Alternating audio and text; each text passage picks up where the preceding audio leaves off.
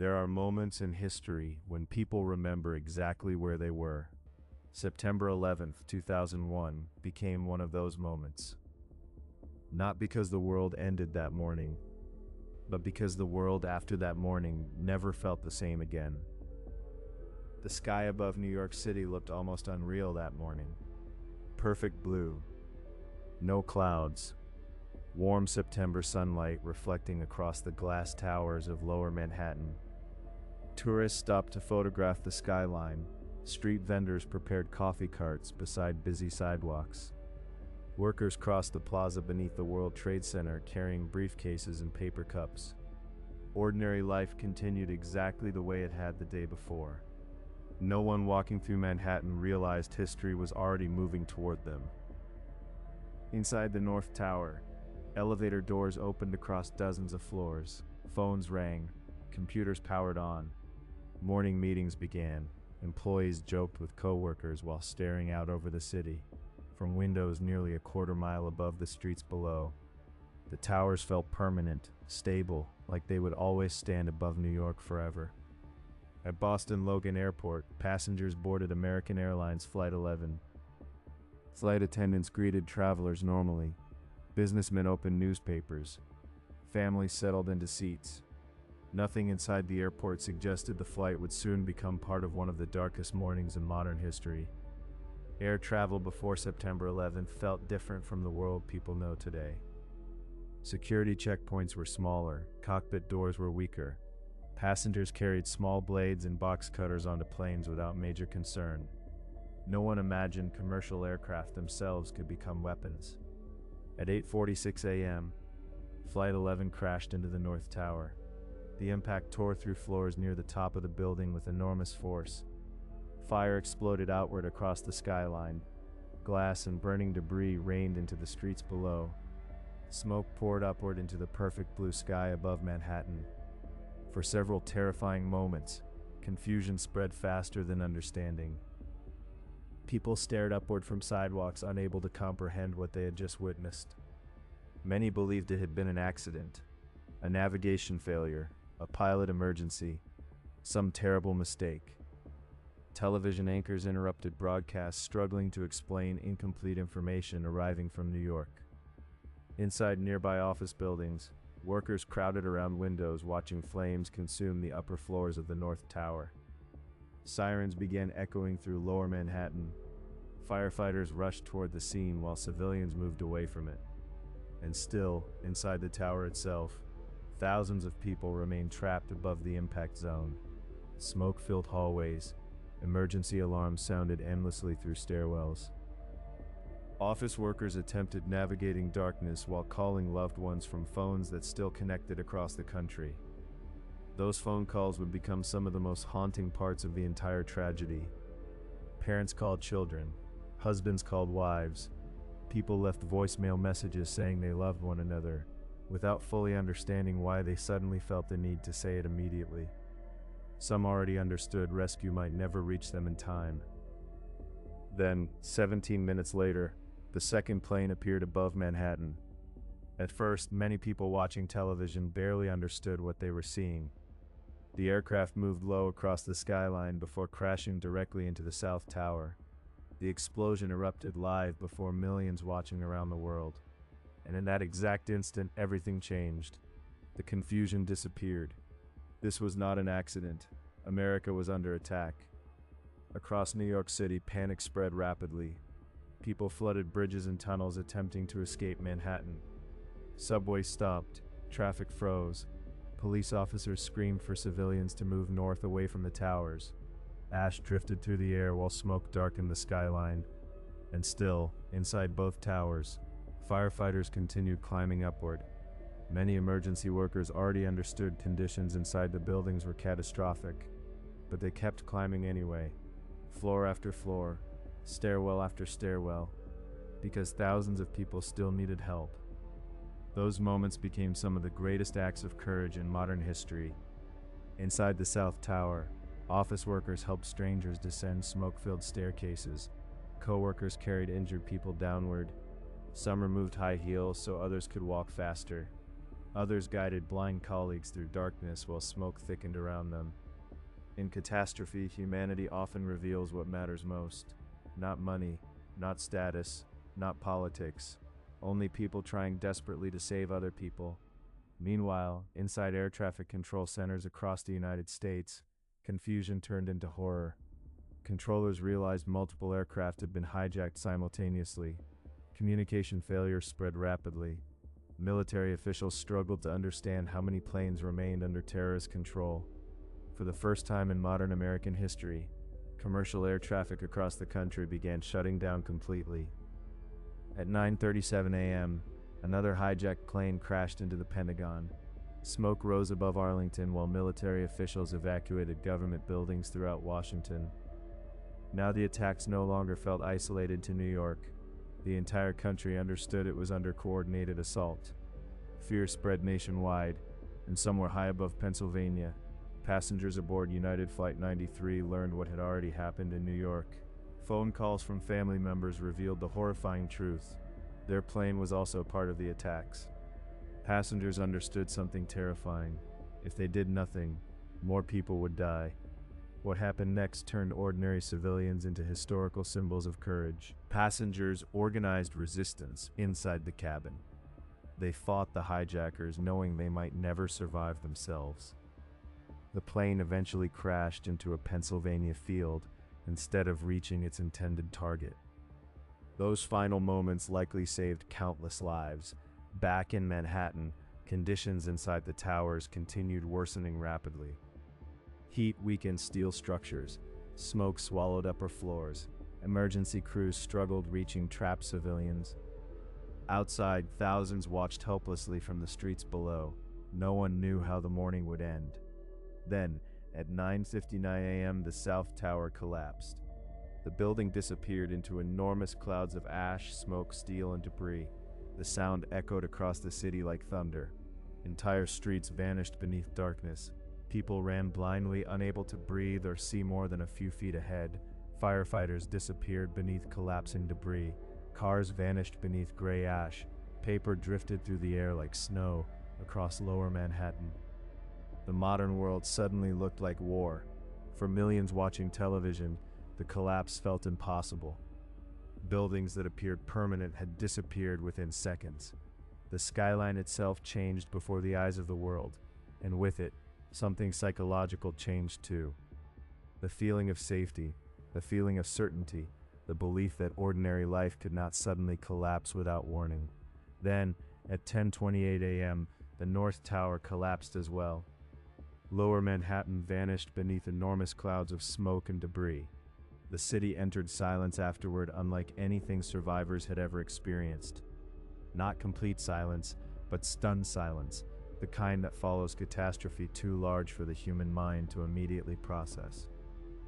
Thousands of people wandered through Manhattan covered in ash. Some removed pieces of debris from their hair while staring back toward the empty skyline. Others searched desperately for friends and co-workers who had disappeared inside the towers. Hospitals filled with emergency personnel waiting for survivors. Many doctors expected thousands of injured people to arrive, but far fewer came than anyone hoped. And gradually, the terrible scale of the loss became clear. Entire offices vanished. Fire stations lost dozens of firefighters. Families across America waited for phone calls that would never arrive. Missing person posters soon covered walls throughout New York City. Photographs, names, phone numbers written beneath smiling faces. Thousands searched desperately for loved ones, while smoke continued rising above ground zero. Yet even inside overwhelming grief, extraordinary humanity appeared everywhere. Boat captains evacuated civilians from Manhattan by water. Volunteers delivered food and medical supplies. Firefighters from across America traveled toward New York to assist search efforts.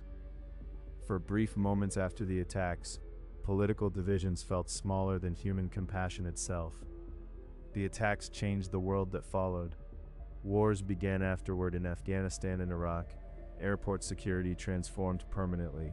Governments expanded surveillance systems.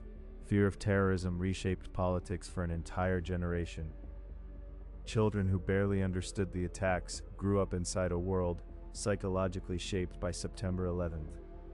But beyond politics, the emotional memory remains strongest. The phone calls, the falling ash, the firefighters climbing upward, the silence after the towers disappeared. Today, memorial pools stand where the Twin Towers once rose, above Manhattan. Water flows endlessly downward into darkness. The names of the victims surround the memorial in bronze, like permanent echoes carved into the city itself. Visitors often speak quietly there, without being asked to, because some places naturally demand silence. Perhaps that is why September 11th still feels emotionally close decades later. Not only because of geopolitics, not only because of war, not only because of terrorism, but because behind every headline, there were ordinary human beings living ordinary lives on an ordinary morning until history interrupted them forever. The skyline of New York eventually changed again. New towers rose above lower Manhattan. Subways filled once more. Restaurants reopened. Life continued. Because humanity always continues moving forward after catastrophe. But the memory never disappeared completely. And somewhere beyond the memorial lights, beyond the names carved into bronze, beyond the photographs carried by surviving families, the echoes of September 11th still remain. A reminder of fragility, a reminder of courage, and a reminder that ordinary people are often capable of extraordinary sacrifice during humanity's darkest moments. September 11th lasted only hours, but its echoes continued through decades, and perhaps they always will. For more cinematic historical documentaries like this, watch the full episodes on the Echoes of Humanity channel. For the people trapped above the impact zones, time began changing strangely that morning. Minutes felt endless. Smoke thickened through hallways and stairwells. Office windows grew hotter beneath spreading fire. Emergency announcements repeated through damaged speaker systems, while confusion spread floor by floor. Some workers still believed helicopters might arrive in time. Others searched desperately for alternate stairwells that no longer existed. Inside certain offices, co-workers gathered together near windows away from the smoke.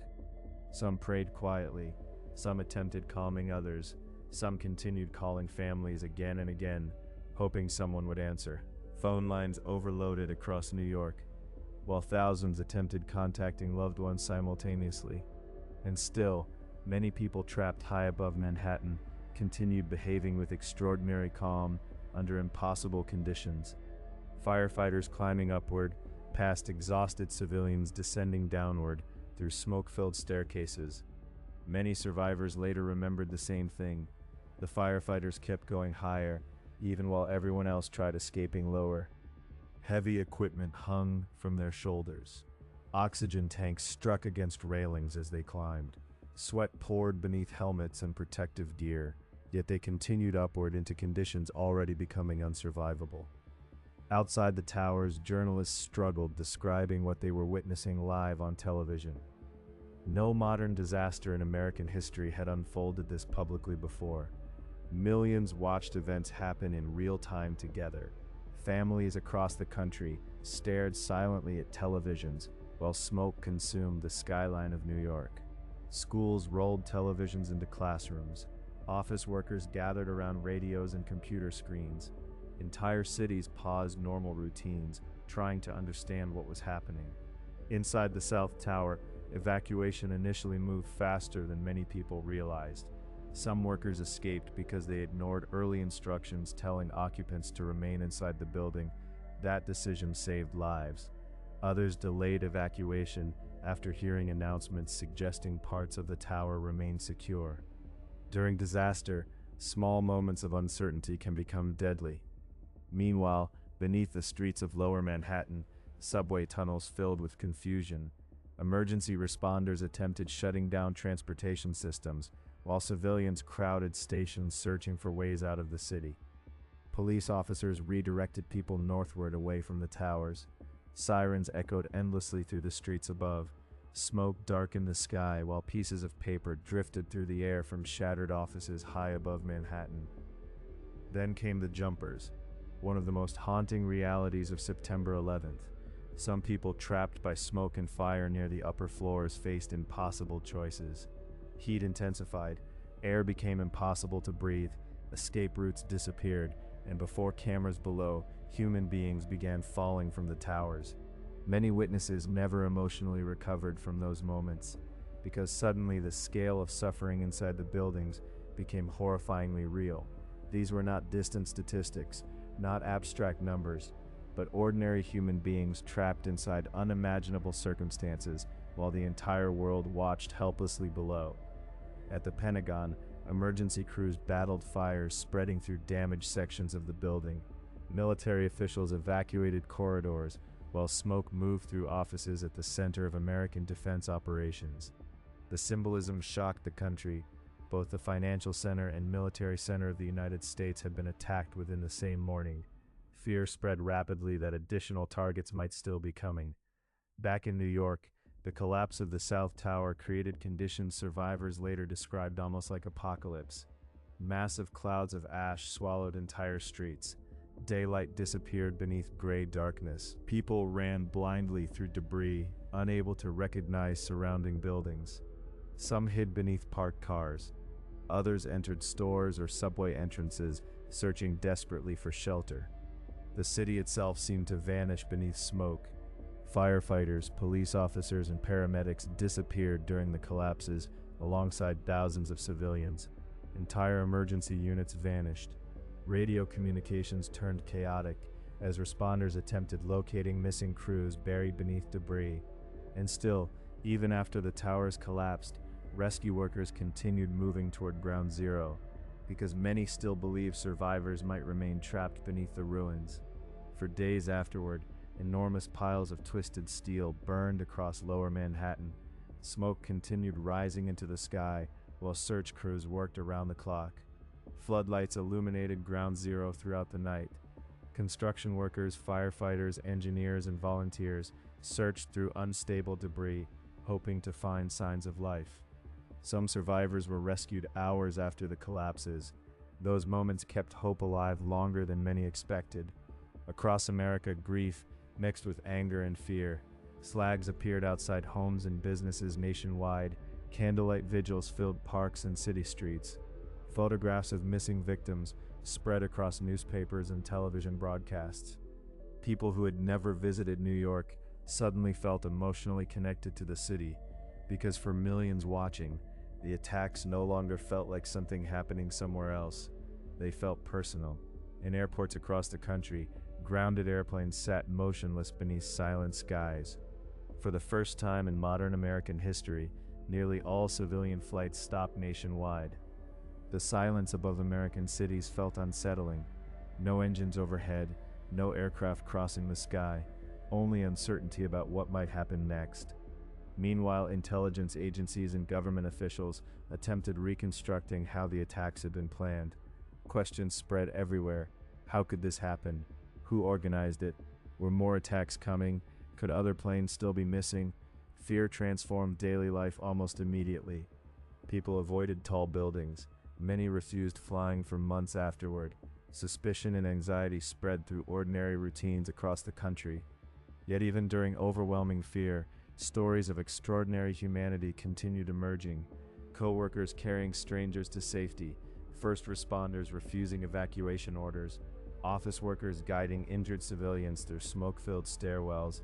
Again and again, ordinary people revealed courage they themselves probably never imagined they possessed before that morning. Perhaps that became one of the defining emotional truths of September 11th.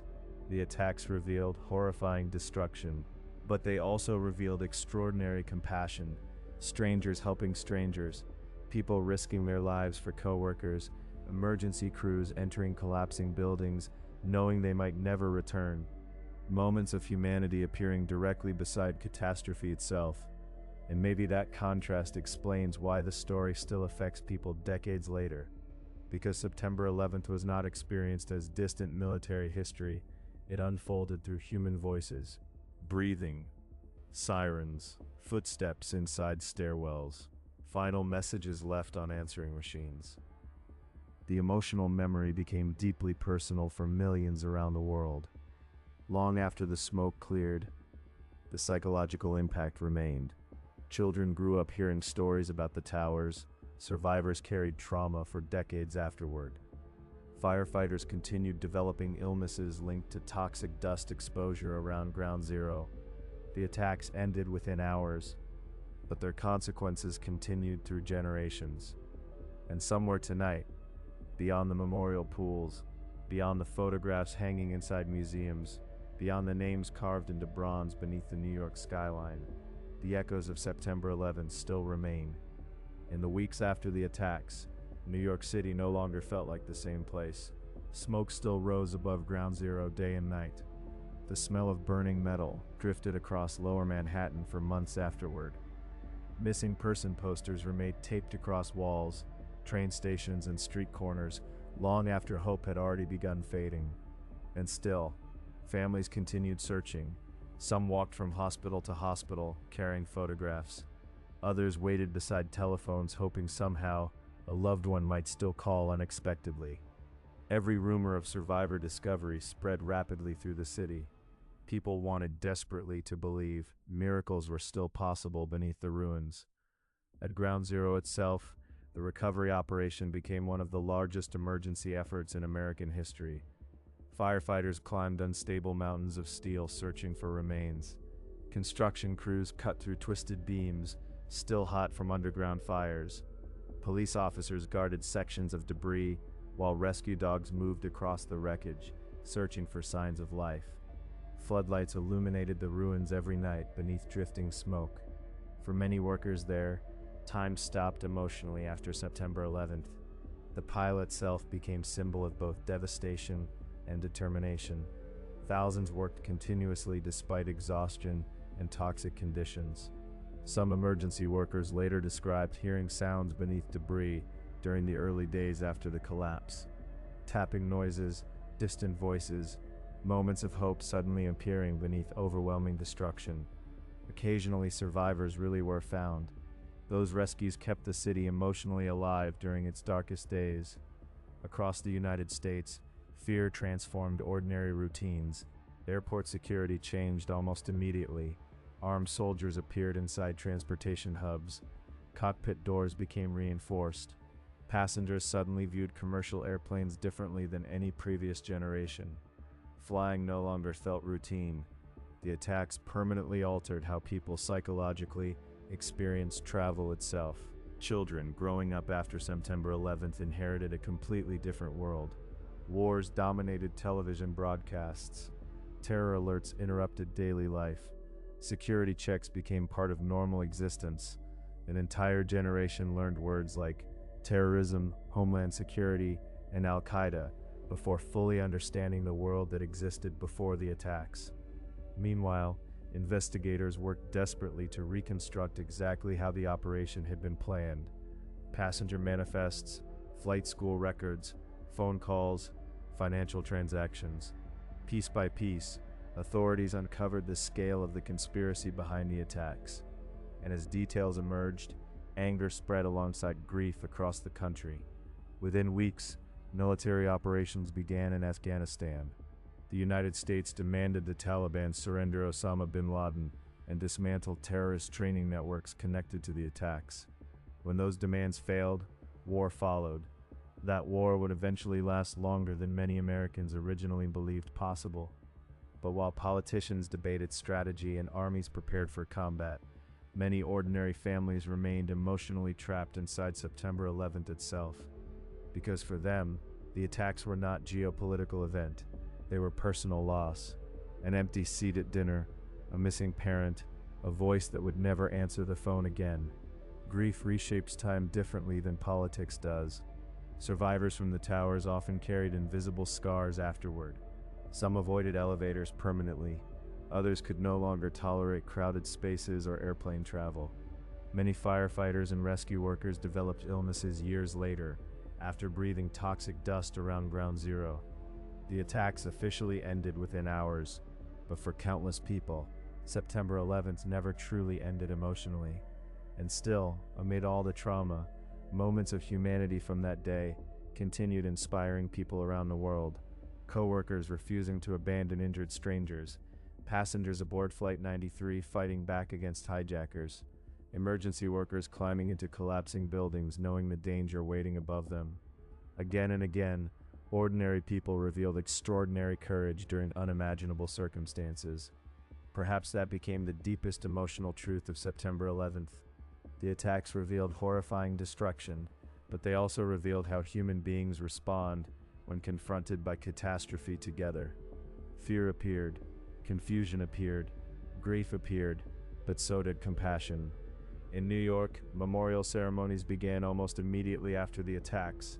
Candles lined sidewalks, flowers covered fences surrounding Ground Zero.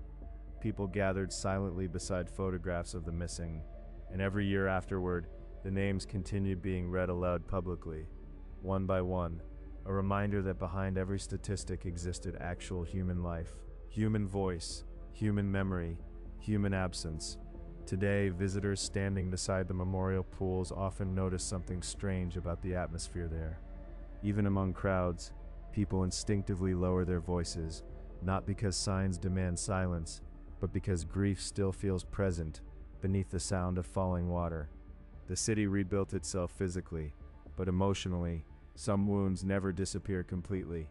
The skyline changed forever after September 11th, yet the emotional shadow of that morning stretched far beyond New York itself. Wars reshaped global politics. Governments expanded surveillance powers. International security systems transformed across entire continents. The attacks influenced history for decades afterward, and in many ways, the world still lives inside consequences that began during those hours. But perhaps this story survives most powerfully for another reason, because behind all the politics, September 11th remains a story about ordinary human beings caught inside extraordinary disaster. People drinking coffee, people riding elevators, people making plans for dinner later that evening, and then suddenly, history arrived without warning. The towers eventually disappeared, the fires eventually ended, the smoke eventually cleared above Manhattan, but the echoes remained, and perhaps they always will. Because somewhere beyond the memorial lights, beyond the names carved into bronze, beyond the photographs carried by surviving families, the echoes of September 11th still remain. A reminder of fragility, a reminder of courage, and a reminder that ordinary mornings can change history forever. During the first hours after the attacks, rumors spread faster than confirmed information. People across New York heard reports about additional hijacked planes still flying toward major cities. Some believed bombs had been planted throughout Manhattan. Others feared bridges and tunnels might soon collapse as well. No one knew where the danger truly ended. That uncertainty became part of the terror itself. Outside hospitals across the city, doctors and nurses waited for waves of injured survivors they expected would arrive from the towers. Stretchers lined hallways, emergency rooms prepared blood supplies, medical teams stood ready for mass casualties. But as the hours passed, far fewer survivors came than anyone hoped. That silence inside the hospitals became devastating in its own way. In firehouses throughout New York, alarms continued sounding long after many crews had already disappeared inside the towers. Some stations lost entire units that morning. Firefighters waiting for missing colleagues listened desperately to damaged radio transmissions, hoping to hear familiar voices answer back. Many never did. Meanwhile, television networks broadcast the attacks continuously without interruption. The same collapsing towers replayed again and again across screens worldwide. Children watched beside parents. Entire classrooms watched together. People sitting thousands of miles away felt emotionally frozen in front of televisions, unable to stop staring at the images. For millions, September 11th became first global tragedy experienced live in real time. The attacks also transformed New York psychologically overnight. Before September 11th, the city often projected feeling of invincibility. The skyline symbolized confidence, economic dominance, modern civilization itself. But after the towers collapsed, even Manhattan suddenly felt vulnerable. In the financial district, layers of gray dust covered streets, office furniture, parked cars, and storefront windows. Shoes abandoned by fleeing civilians remained scattered across sidewalks. Broken glass glittered beneath emergency lights after dark. Posters searching for the missing appeared almost immediately across walls and subway entrances. Every photograph represented someone who woke up expecting ordinary Tuesday morning, and perhaps that became one of the cruelest parts of the attacks. Nothing about the morning warned people what was coming. No storm clouds, no sirens beforehand, no public emergency alerts, only ordinary routines continuing beneath peaceful blue sky. History arrived disguised as normal day. Inside the White House and military command centers, officials struggled to understand whether the attacks were finished or only beginning.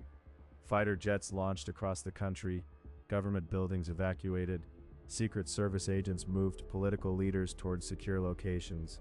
For a brief period that morning, the United States genuinely feared further catastrophic attacks might still be underway. In some towns across America, church bells rang continuously after the collapses. People gathered in public parks and town squares, watching news updates together on outdoor televisions. Strangers hugged each other openly. The attacks created strange emotional contradiction. Millions felt both completely powerless and deeply connected to one another at the same time. At airports nationwide, thousands of passengers suddenly found themselves stranded after all civilian flights were grounded. Terminals filled with silence and confusion. Rental cars disappeared within hours. Travelers slept on airport floors while staring at television screens replaying images from New York again and again. Even the skies themselves looked unfamiliar afterward, empty, still. And while rescue crews searched Ground Zero, another battle quietly began inside hospitals and homes across America. Trauma. Survivors replayed sounds repeatedly in their minds. The impacts, the sirens, the collapsing steel, the screams, the silence afterward. Many people who escaped the towers physically would continue struggling emotionally for years afterward. Some survivors later described feeling guilty simply because they lived while coworkers beside them did not. Others became unable entering tall buildings again. Certain smells, burning fuel, dust, smoke, could suddenly pull them emotionally back into September 11th years later without warning. Trauma does not always disappear when disaster ends.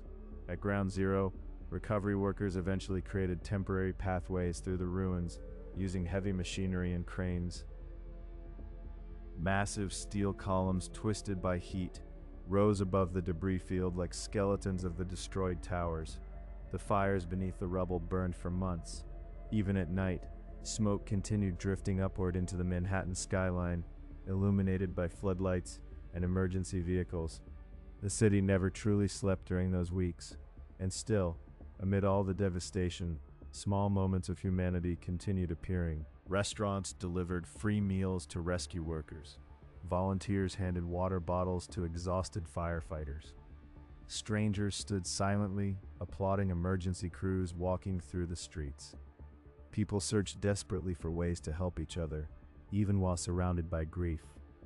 Elsewhere in the world, reactions spread rapidly. Governments declared solidarity with the United States. Newspapers across different countries printed images of the burning towers on front pages. World leaders condemned the attacks, while intelligence agencies prepared for possible global consequences. September 11th was not only American tragedy anymore. It became global historical turning point, and perhaps no image symbolized that shift more than the skyline itself afterward. For decades, the Twin Towers had dominated photographs of New York City. Movies, postcards, television broadcasts, tourist photographs. Then suddenly, they were gone. The emptiness above Lower Manhattan felt shocking, even long after the smoke cleared. People visiting New York afterward often looked instinctively toward the place where the towers once stood, and for a brief moment, many still expected to see them there. But absence itself became part of the memory, a missing shape in the skyline, a silence where something enormous once existed. Years later, when memorial ceremonies continued every September, certain sounds always returned emotionally for survivors. Reading of names, bagpipes played for fallen firefighters, moments of silence held at the exact times each tower was struck and collapsed. Time itself became permanently marked by that morning. 8:46 a.m., 9:03 a.m., 9:59 a.m., 10:28 a.m. Specific minutes transformed into historical landmarks, remembered by an entire generation.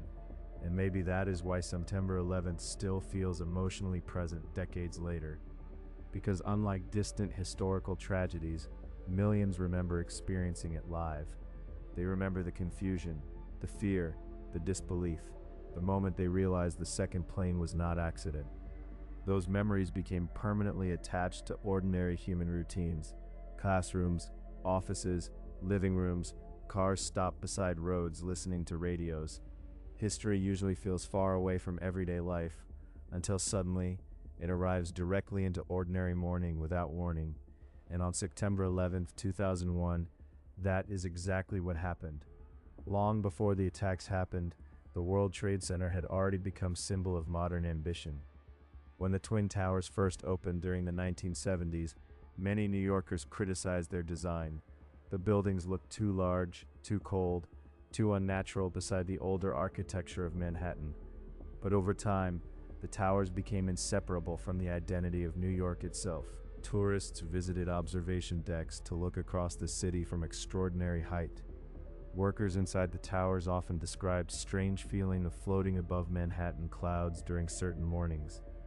Sunrise reflected against endless rows of office windows.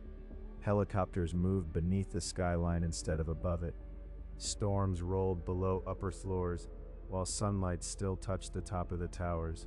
The buildings felt almost unreal from inside. That psychological scale made the collapses even more horrifying for witnesses. People did not simply watch buildings fall, they watched landmarks they believed would outlive generations disappear within hours. Structures that seemed permanent suddenly vanished before the eyes of the world, and perhaps permanence itself became illusion, shattered by September 11th. The attacks reminded millions that even the most powerful cities, the strongest economies, the tallest buildings, remain fragile beneath history. Inside New York schools that morning, teachers struggled deciding what children should be told. Some classrooms watched the attacks live before televisions were switched off. Students saw adults crying openly, teachers whispering in hallways, parents arriving early for pickup carrying fear across their faces. Even children too young to fully understand events sensed something irreversible had happened. In offices across America, work stopped almost completely. People gathered around radios and televisions instead of computer screens. Stock markets closed, meetings ended, normal routines dissolved beneath constant news coverage. The country entered emotional suspension. For a brief period, almost nothing else mattered besides understanding the attacks.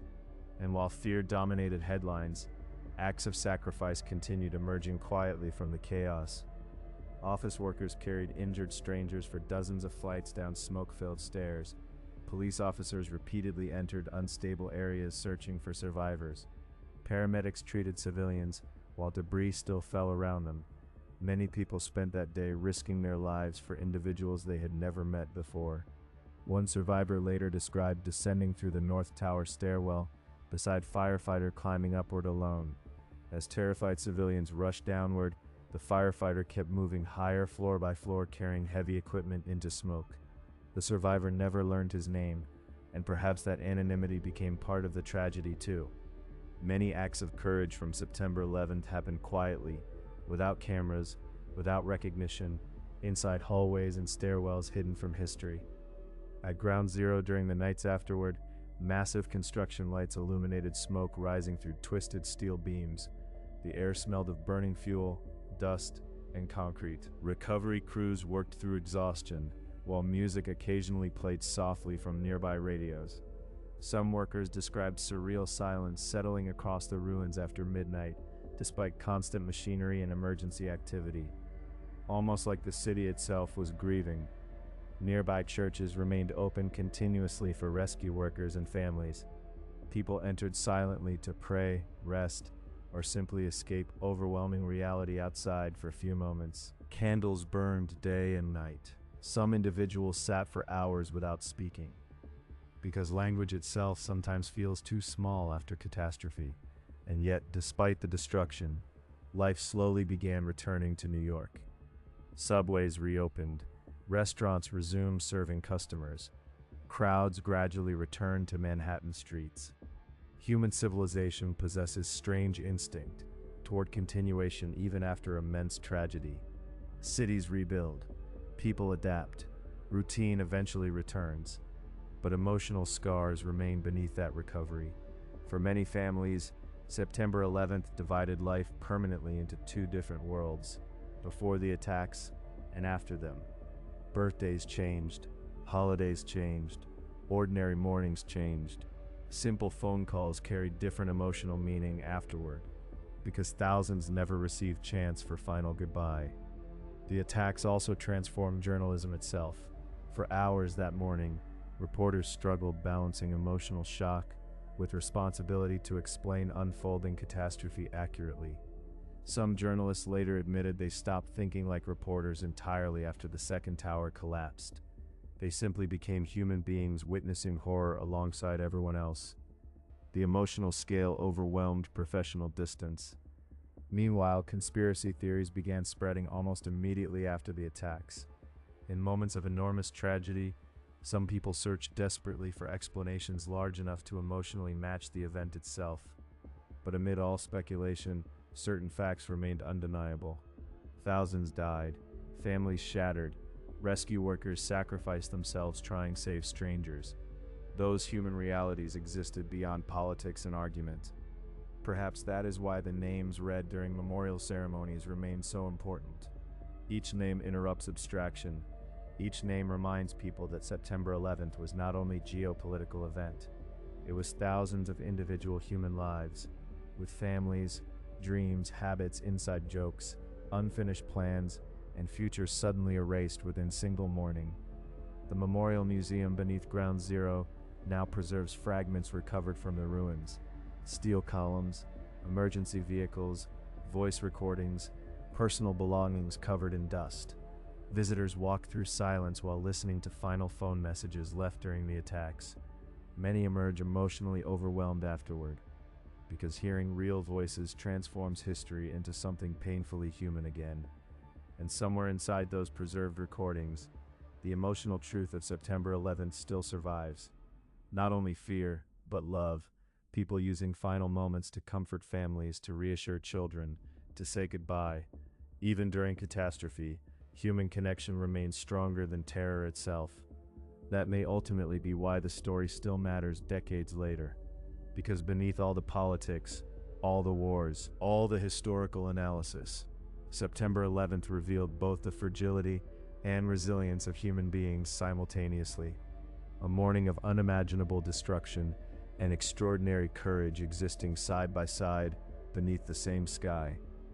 During the months after September 11th, many survivors found themselves remembering tiny details more vividly than the catastrophe itself. The smell of coffee inside office hallways that morning, the sunlight reflecting from neighboring windows, a stranger's face inside crowded stairwell, the sound of dress shoes striking concrete steps during evacuation. Trauma often preserves ordinary details with frightening clarity. Some people remembered exactly what song was playing on car radio when news reports interrupted normal programming. Others remembered unfinished conversations suddenly abandoned forever after the attacks began. One woman later described still thinking occasionally about voicemail she never answered that morning because she planned calling back later. Later never came. Inside New York City hospitals, doctors and nurses emotionally prepared for catastrophe, unlike anything modern America had experienced before. Medical teams waited beside empty beds expecting a flood of survivors. But as hours passed, the terrible reality became impossible to ignore. Far fewer injured people arrived than expected, because so many never escaped the collapses at all. That silence inside emergency rooms became haunting in its own way. For firefighters searching Ground Zero afterward, the emotional burden became almost unbearable. Recovery workers discovered personal belongings buried beneath debris: photographs, wallets, shoes, office identification cards. Tiny fragments of ordinary lives suddenly transformed into evidence of immense tragedy. Many rescue workers later admitted certain discoveries stayed with them forever emotionally. And still, amid the destruction, New Yorkers continued helping one another constantly. Apartment residents opened homes to stranded strangers. Restaurants cooked free meals for rescue crews. Volunteers stood for hours handing out masks, water bottles, and medical supplies beside ash-covered streets. Disaster revealed how quickly human beings can organize compassion during crisis. Meanwhile, television footage from the attacks continued replaying globally every day. Again and again, people watched the second plane strike the South Tower. Again and again, they watched the collapses. Repeated images burned themselves into collective memory across entire generation. For many children growing up afterward, those broadcasts became first memory of global tragedy.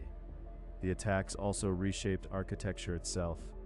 Engineers and safety experts began re-evaluating skyscraper construction worldwide. Emergency evacuation systems changed. Building security increased. Structural reinforcement standards evolved after investigators studied why the towers collapsed.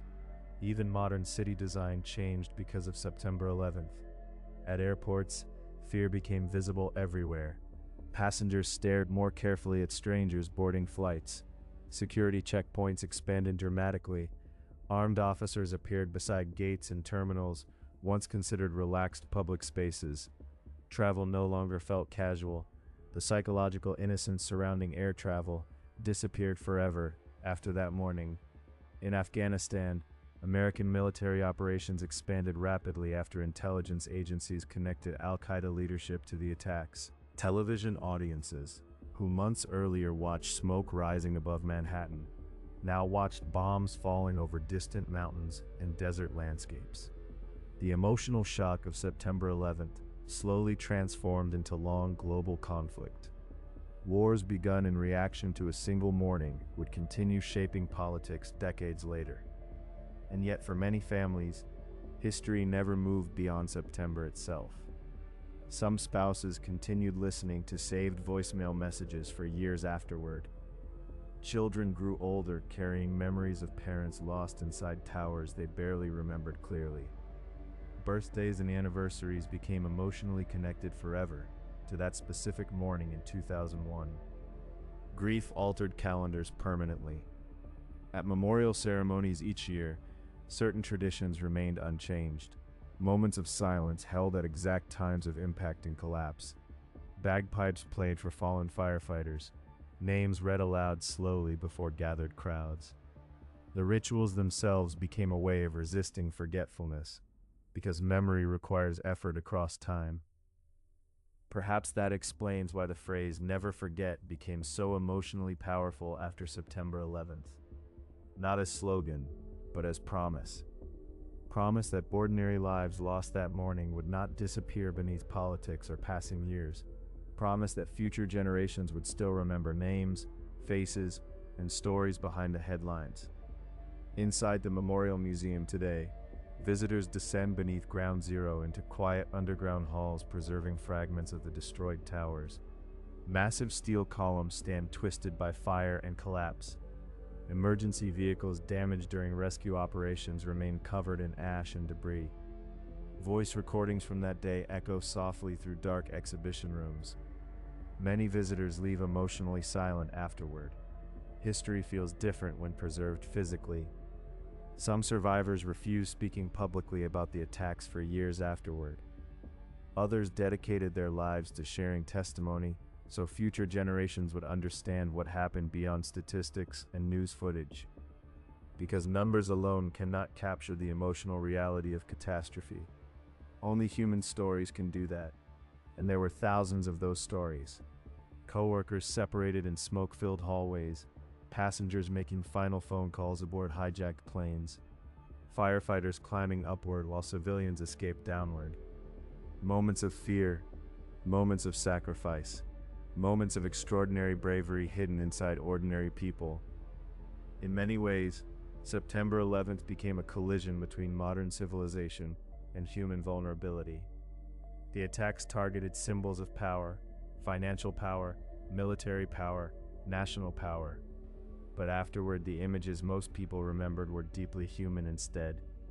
Dust-covered survivors walking silently across bridges. Firefighters raising flags above smoking ruins. Not power, human endurance. And maybe that became the final emotional lesson left behind by the attacks. That even during unimaginable destruction, People still search instinctively for one another, still help strangers, still carry injured people down stairwells, still run toward danger trying to save lives. Terror created horror that morning, but humanity answered it with courage. The towers disappeared, the smoke eventually cleared, the city rebuilt itself. But somewhere beneath the sounds of modern Manhattan tonight, beneath subway tunnels and crowded sidewalks, beneath new skyscrapers reflecting against the Hudson River, the echoes of September 11th still remain. For years afterward, certain people avoided looking at the Manhattan skyline entirely, not because they hated the city, but because absence itself became painful. Every photograph of Lower Manhattan reminded them something enormous was missing, two shapes removed permanently from the horizon. Tour guides speaking to visitors in New York gradually changed their stories after September 11th. Before the attacks, conversations about the World Trade Center focused on architecture, business, and engineering. Afterward, the towers became memorial before they became buildings, places associated not only with commerce, but with memory. Many survivors later described strange emotional contradiction after escaping the towers, relief mixed with guilt. Why did some survive while others disappeared? Why did one person decide leave office early, while another stayed behind few extra minutes? Why did one staircase remain passable while another became blocked? Tiny decisions separated life from death throughout the towers that morning. Some people survived because elevators were delayed. Others survived because they stopped for coffee. Some missed meetings. Some arrived late to work because trains ran behind schedule. Ordinary inconveniences unexpectedly became reasons people remained alive. And perhaps that randomness became one of the hardest realities for survivors to emotionally accept. Disaster often feels chaotic rather than fair. There is no perfect logic inside catastrophe, only moments unfolding rapidly while human beings attempt surviving them. Inside New York police departments and firehouses, photographs of lost responders filled walls afterward. Entire communities mourned together. Funerals continued for months across the city. Bagpipes echoed through crowded streets while long lines of firefighters saluted fallen colleagues beneath black mourning bands attached to badges. Grief became woven into daily life. At Ground Zero, workers eventually discovered a staircase section still standing among the ruins. Known later as the Survivor's Staircase, it helped hundreds escape before the collapses. That staircase became symbol of survival itself, one fragment of structure remaining intact while everything around it disappeared. Nearby, St. Paul's Chapel somehow survived the destruction, despite standing only short distance from the towers. Debris struck surrounding buildings, windows shattered throughout Lower Manhattan, yet the small historic church remained standing almost untouched. Rescue workers later used it as a place for rest, food, and prayer during recovery operations. For many people, its survival felt emotionally symbolic. Meanwhile, television footage from the attacks spread into documentaries, classrooms, museums, and history books around the world. September 11th became defining historical memory for a generation old enough to witness it live.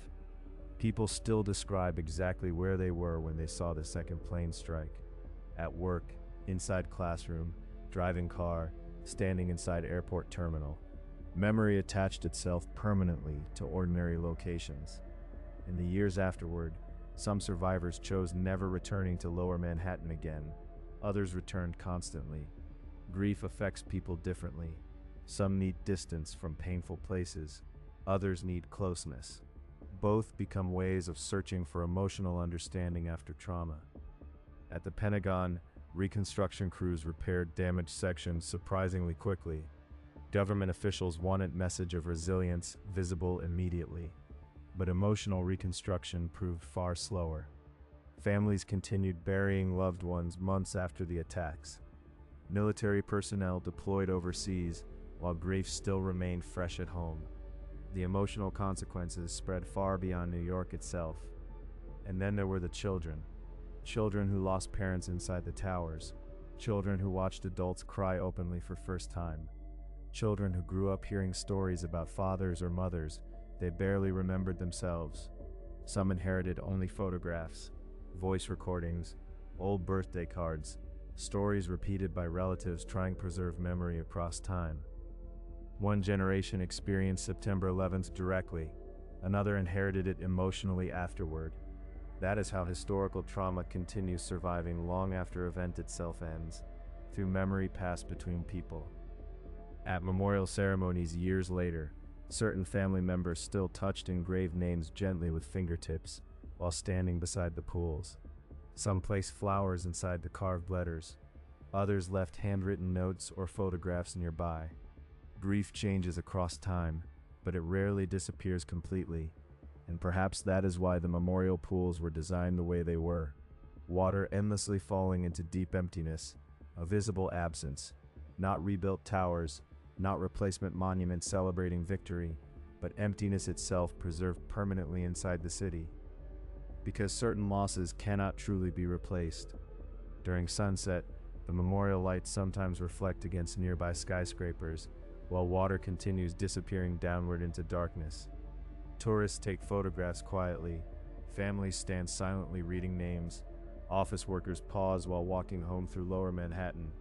Life continues moving around the memorial constantly, yet the atmosphere there still feels separate from the rest of the city somehow. Maybe because beneath the noise of traffic and crowds, people still sense memory lingering there. The fear, the confusion, the courage, the grief, echoes carried invisibly through the streets where the towers once stood.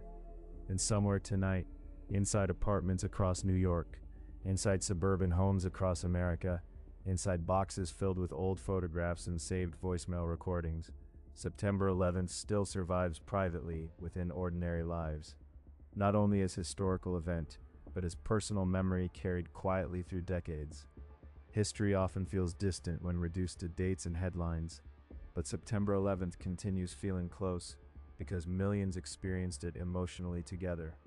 The smoke, the silence, the falling ash, the impossible sight of towers collapsing beneath clear blue sky. Those images became part of collective human memory itself, and perhaps they always will. For many people around the world, the image that remained burned deepest into memory was not the fire itself, it was the smoke. Black smoke rising endlessly into the blue September sky above Manhattan, visible from bridges, visible from rooftops, visible from airplanes hundreds of miles away. A wound in the skyline that seemed impossible to emotionally process in real time. Photographers across New York captured moments that morning almost accidentally. People covered in ash walking north through Manhattan. Firefighters disappearing into clouds of smoke. Office workers standing silently beside strangers while staring south toward the burning towers. Some photographs later became historical symbols recognized globally, yet many photographers admitted afterward they barely remembered taking the pictures themselves. Shock separated moments from memory. Inside television studios, anchors struggled controlling their voices while reporting live. Some paused mid-sentence, unable to comprehend new information arriving every few minutes. The collapse of the South Tower stunned even experienced journalists into silence, because until that exact moment, many still believed the towers would survive. And when the buildings finally disappeared, the emotional reality changed instantly. The attacks were no longer only emergency, they became mass tragedy, unfolding before entire planets simultaneously. Across the Hudson River in New Jersey, thousands watched smoke consume the skyline from rooftops and waterfront streets. People cried openly while emergency sirens echoed across the river. Some stood frozen for hours, staring toward lower Manhattan, unable to leave. Others searched desperately for overloaded phone signals, trying to contact relatives working inside the city. Ferries crossing the river soon transformed into evacuation vessels, carrying frightened civilians away from Manhattan. Boat captains ignored normal schedules and routes. Ordinary civilian boats suddenly became lifelines.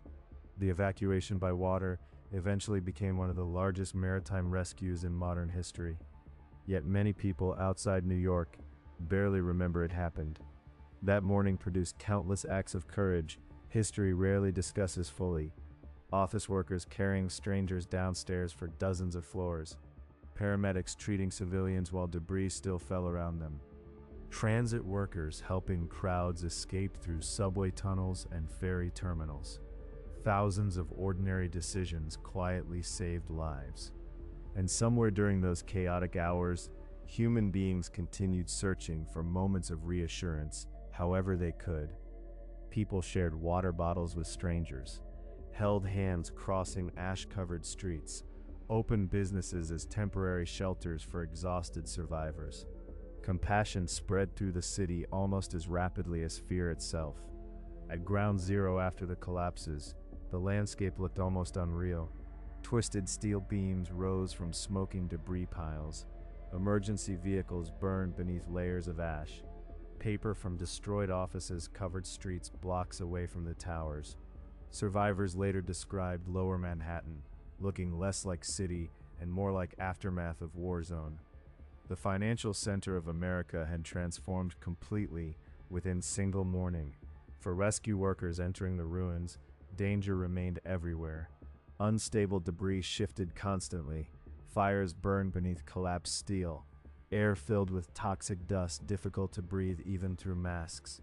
Yet crews continued searching hour after hour, despite exhaustion, because hope still existed somewhere beneath the destruction. Occasionally, workers discovered signs survivors might still remain alive beneath the rubble. Every possible sound stopped machinery instantly. People listened carefully for tapping, voices, or movement. Those moments carried enormous emotional weight. Even tiny possibility of rescue became enough reason to continue searching. Meanwhile, families gathered beside temporary information centers hoping for updates. Some carried folders filled with photographs and medical records. Others waited beside phones for days, barely sleeping. Every unidentified survivor brought surge of hope. Every confirmed death brought another wave of grief. The emotional atmosphere across New York became a mixture of disbelief, mourning, exhaustion, and determination all at once. And through all of it, the skyline remained changed. No matter where people stood in Manhattan afterward, absence remained visible. The empty space where the Twin Towers once stood became an emotional scar across the city itself. Visitors instinctively looked south, expecting familiar silhouettes still waiting there, but only smoke remained. In schools across America, teachers struggled explaining the attacks to children too young to understand terrorism or geopolitics. How do you explain hatred powerful enough to turn airplanes into weapons? How do you explain thousands of deaths happening live on television? Many adults themselves barely understood emotionally what they had witnessed, and perhaps that confusion became part of the historical memory too. September 11th shattered assumption that modern life remained predictable and secure. The attacks revealed how quickly ordinary routines could collapse beneath unexpected violence. One moment people discussed meetings and lunch plans. The next, they ran through streets covered in ash beneath collapsing skyscrapers. For survivors who escaped the towers, certain sounds remained emotionally triggering for years afterward. Low-flying airplanes, fire alarms, sirens echoing between tall buildings. Trauma attached itself invisibly to ordinary parts of daily life. Even clear blue September skies sometimes became difficult emotionally because they resembled the weather that morning so perfectly. At memorial ceremonies years later, survivors often described strange feeling of time collapsing backward briefly. The names, the music, the moments of silence, everything could suddenly pull memory directly back into September 2001 again. Grief does not always move forward cleanly through time. Sometimes it waits quietly beneath ordinary life before returning unexpectedly years later. And somewhere tonight, inside quiet apartments, inside aging firehouses, inside boxes filled with photographs and old voicemail recordings, people still remember details from that morning with painful clarity. The sunlight, the smoke, the phone calls, the silence after the towers disappeared. Because some moments never fully leave human memory once they arrive there. Perhaps that is the final reason September 11th still matters decades later. Not only because history changed, but because millions of ordinary people experienced vulnerability, fear, courage, and compassion together during few terrible hours beneath the same sky. And those emotions, for many people around the world, the image that remained burned deepest into memory was not the fire itself. It was the smoke, black smoke rising endlessly into the blue September sky above Manhattan, visible from bridges, visible from rooftops, visible from airplanes hundreds of miles away, a wound in the skyline that seemed impossible to emotionally process in real time. Photographers across New York captured moments that morning almost accidentally.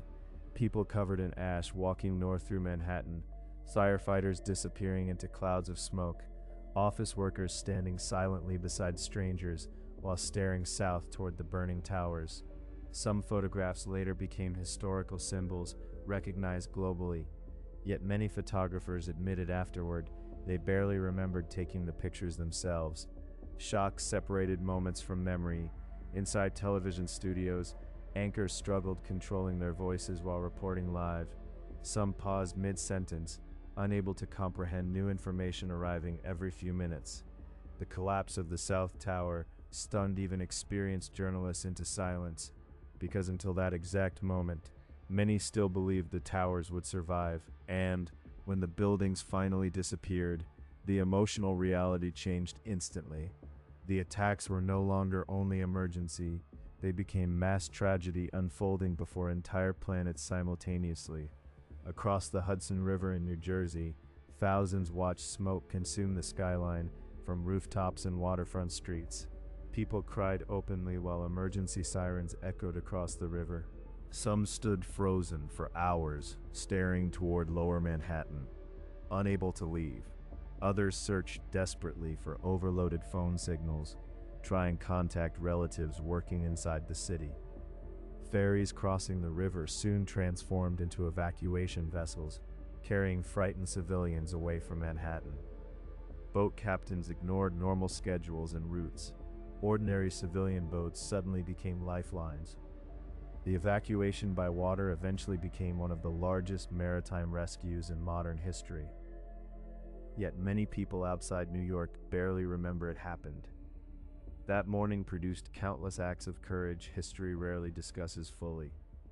Office workers carrying strangers downstairs for dozens of floors, paramedics treating civilians while debris still fell around them, transit workers helping crowds escape through subway tunnels and ferry terminals. Thousands of ordinary decisions quietly saved lives. And somewhere during those chaotic hours, human beings continued searching for moments of reassurance however they could. People shared water bottles with strangers, held hands crossing ash-covered streets, opened businesses as temporary shelters for exhausted survivors. Compassion spread through the city almost as rapidly as fear itself. At Ground Zero after the collapses, the landscape looked almost unreal. Twisted steel beams rose from smoking debris piles. Emergency vehicles burned beneath layers of ash. Paper from destroyed offices covered streets, blocks away from the towers. Survivors later described Lower Manhattan looking less like city and more like aftermath of war zone. The financial center of America had transformed completely within single morning. For rescue workers entering the ruins, danger remained everywhere. Unstable debris shifted constantly. Fires burned beneath collapsed steel. Air filled with toxic dust, difficult to breathe, even through masks. Yet crews continued searching hour after hour despite exhaustion, because hope still existed somewhere beneath the destruction. Occasionally workers discovered signs. Survivors might still remain alive beneath the rubble. Every possible sound stopped machinery instantly. People listened carefully for tapping, voices, or movement. Those moments carried enormous emotional weight. Even tiny possibility of rescue became enough reason to continue searching. Meanwhile, families gathered beside temporary information centers hoping for updates. Some carried folders filled with photographs and medical records. Others waited beside phones for days, barely sleeping. Every unidentified survivor brought surge of hope. Every confirmed death brought another wave of grief. The emotional atmosphere across New York became a mixture of disbelief, mourning, exhaustion, and determination, all at once. And through all of it, the skyline remained changed. No matter where people stood in Manhattan afterward, absence remained visible. The empty space where the Twin Towers once stood became an emotional scar across the city itself. Visitors instinctively looked south, expecting familiar silhouettes still waiting there. but only smoke remained. In schools across America, teachers struggled explaining the attacks to children too young to understand terrorism or geopolitics. How do you explain hatred powerful enough to turn airplanes into weapons? How do you explain thousands of deaths happening live on television? Many adults themselves barely understood emotionally what they had witnessed, and perhaps that confusion became part of the historical memory too. September 11th shattered assumption that modern life remained predictable and secure. The attacks revealed how quickly ordinary routines could collapse beneath unexpected violence. One moment people discussed meetings and lunch plans, the next, they ran through streets covered in ash beneath collapsing skyscrapers. For survivors who escaped the towers, certain sounds remained emotionally triggering for years afterward. Low-flying airplanes, fire alarms, sirens echoing between tall buildings. Trauma attached itself invisibly to ordinary parts of daily life. Even clear blue September skies sometimes became difficult emotionally because they resembled the weather that morning so perfectly. At memorial ceremonies years later, survivors often describe strange feeling of time collapsing backward briefly. The names, the music, the moments of silence, everything could suddenly pull memory directly back into September 2001 again. Grief does not always move forward cleanly through time. Sometimes it waits quietly beneath ordinary life before returning unexpectedly years later. And somewhere tonight, inside quiet apartments, inside aging firehouses, inside boxes filled with photographs and old voicemail recordings, people still remember details from that morning with painful clarity. The sunlight, the smoke, the phone calls, the silence after the towers disappeared, because some moments never fully leave human memory once they arrive there. Perhaps that is the final reason September 11th still matters decades later, not only because history changed, but because millions of ordinary people experienced vulnerability, fear, courage, and compassion together during few terrible hours beneath same sky. And those emotions continued echoing long after the fires ended, But quieter grief carried privately through ordinary routines afterward. People returned to offices, children returned to classrooms, subways filled again beneath Manhattan streets, life resumed outwardly. But many individuals later admitted something inside them never returned completely to the way it had been before. A sense of innocence disappeared that morning. For decades before the attacks, many Americans believed large-scale violence belonged mostly to distant places, shown on evening news broadcasts. Wars happened elsewhere. Terrorism happened elsewhere. Collapse happened elsewhere. September 11th shattered that psychological distance permanently. The attacks brought global instability directly into ordinary American mourning, and perhaps that explains why the emotional impact spread so far beyond New York itself. People watching thousands of miles away suddenly imagined their own routines interrupted the same way. Office buildings no longer felt entirely safe. Airplanes no longer felt entirely ordinary. Skylines no longer felt permanent. Fear reshaped perception itself. At Ground Zero, recovery workers eventually developed strange routines inside the devastation. Coffee stations appeared beside debris piles. Temporary sleeping areas formed near floodlit machinery. Workers memorized pathways through twisted steel, almost like streets within ruined city. Some spent more waking hours at Ground Zero than at home.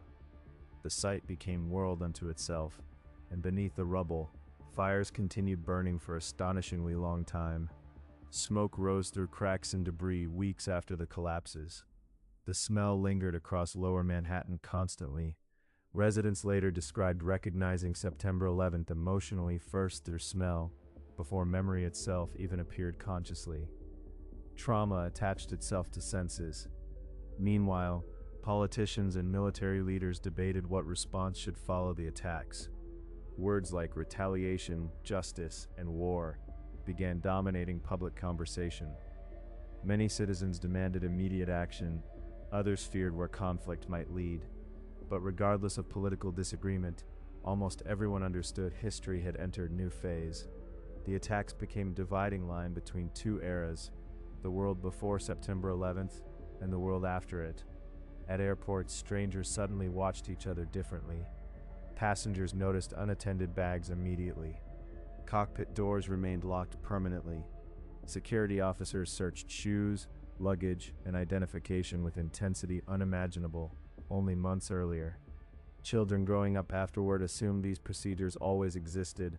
Older generations remembered differently, and perhaps that is one of history's strangest qualities.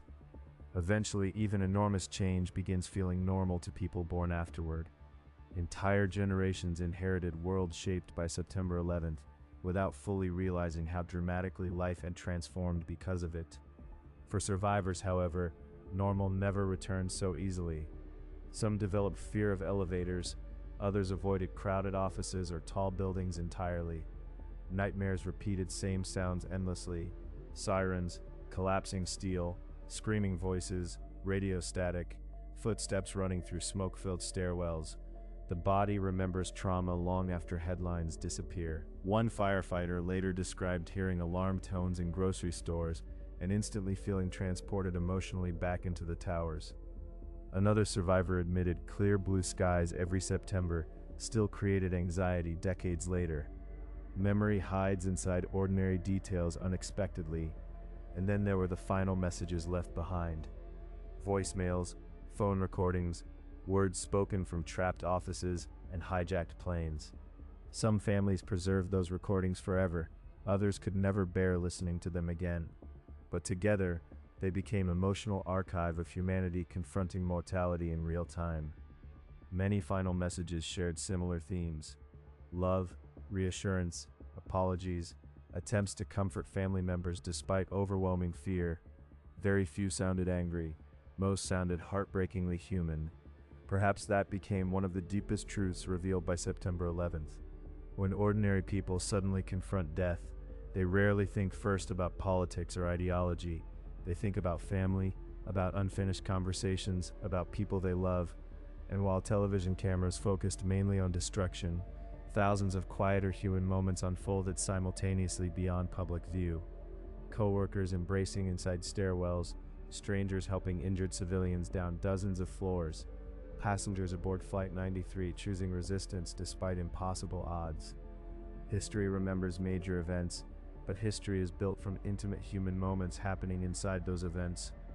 Years later, architects designing the new World Trade Center faced enormous emotional challenge. How do you rebuild on ground associated with so much grief? How do you honor memory while allowing city continue forward? The final designs attempted balancing both absence and renewal, mourning and resilience. Today, One World Trade Center rises above Lower Manhattan, where smoke once covered the skyline.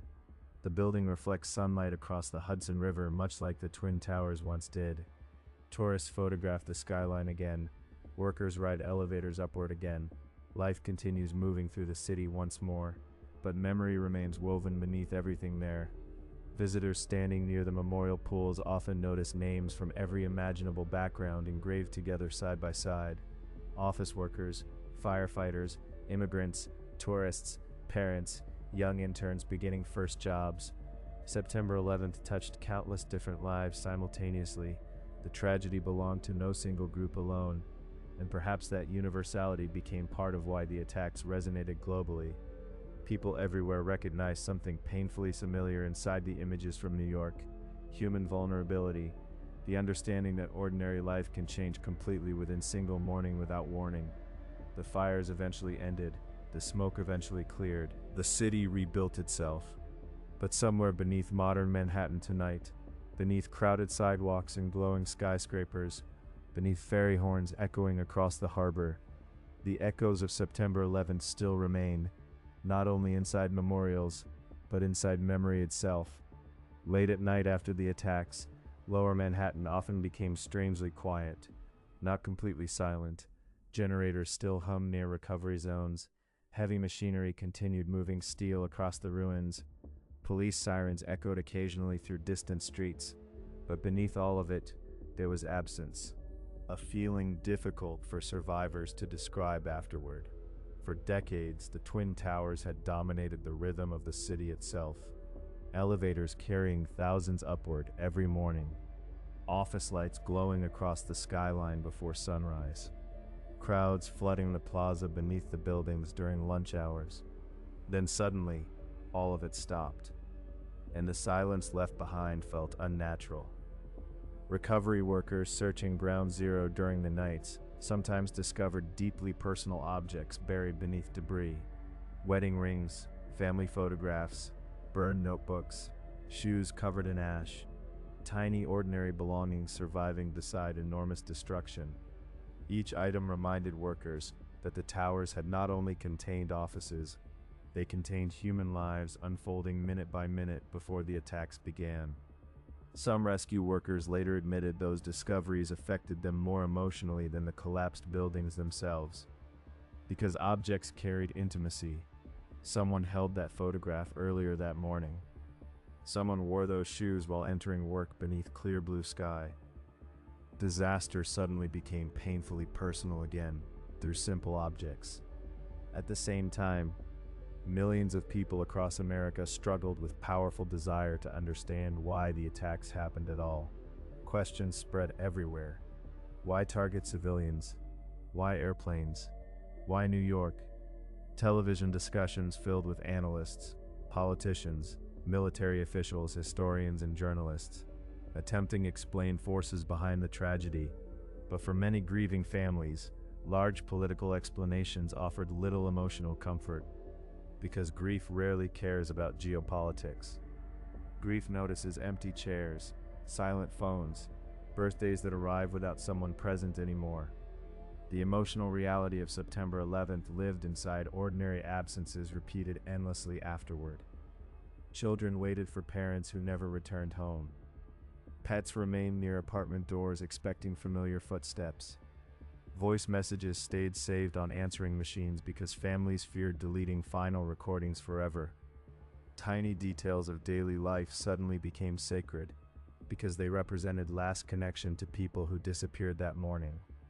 And perhaps that became one of the cruelest aspects of the attacks. So many victims left homes expecting completely normal day. Lunch plans remained unfinished. Laundry remained unfolded. Coffee cups remained sitting beside office desks, buried later beneath rubble and ash. Ordinary routines froze permanently in time. For survivors who escaped before the collapses, memory often returned in fragments instead of complete sequence. A stairwell filling with smoke, someone shouting directions, hands pulling stranger upward after fall. The roar during collapse. Trauma rarely preserves events cleanly. It scatters moments across memory, like debris after explosion. Some survivors later described guilt for surviving while coworkers beside them did not. Others struggled emotionally because random decisions saved them, taking different elevator, arriving late, stopping for coffee, missing meeting. Chance itself became emotionally difficult to accept afterward.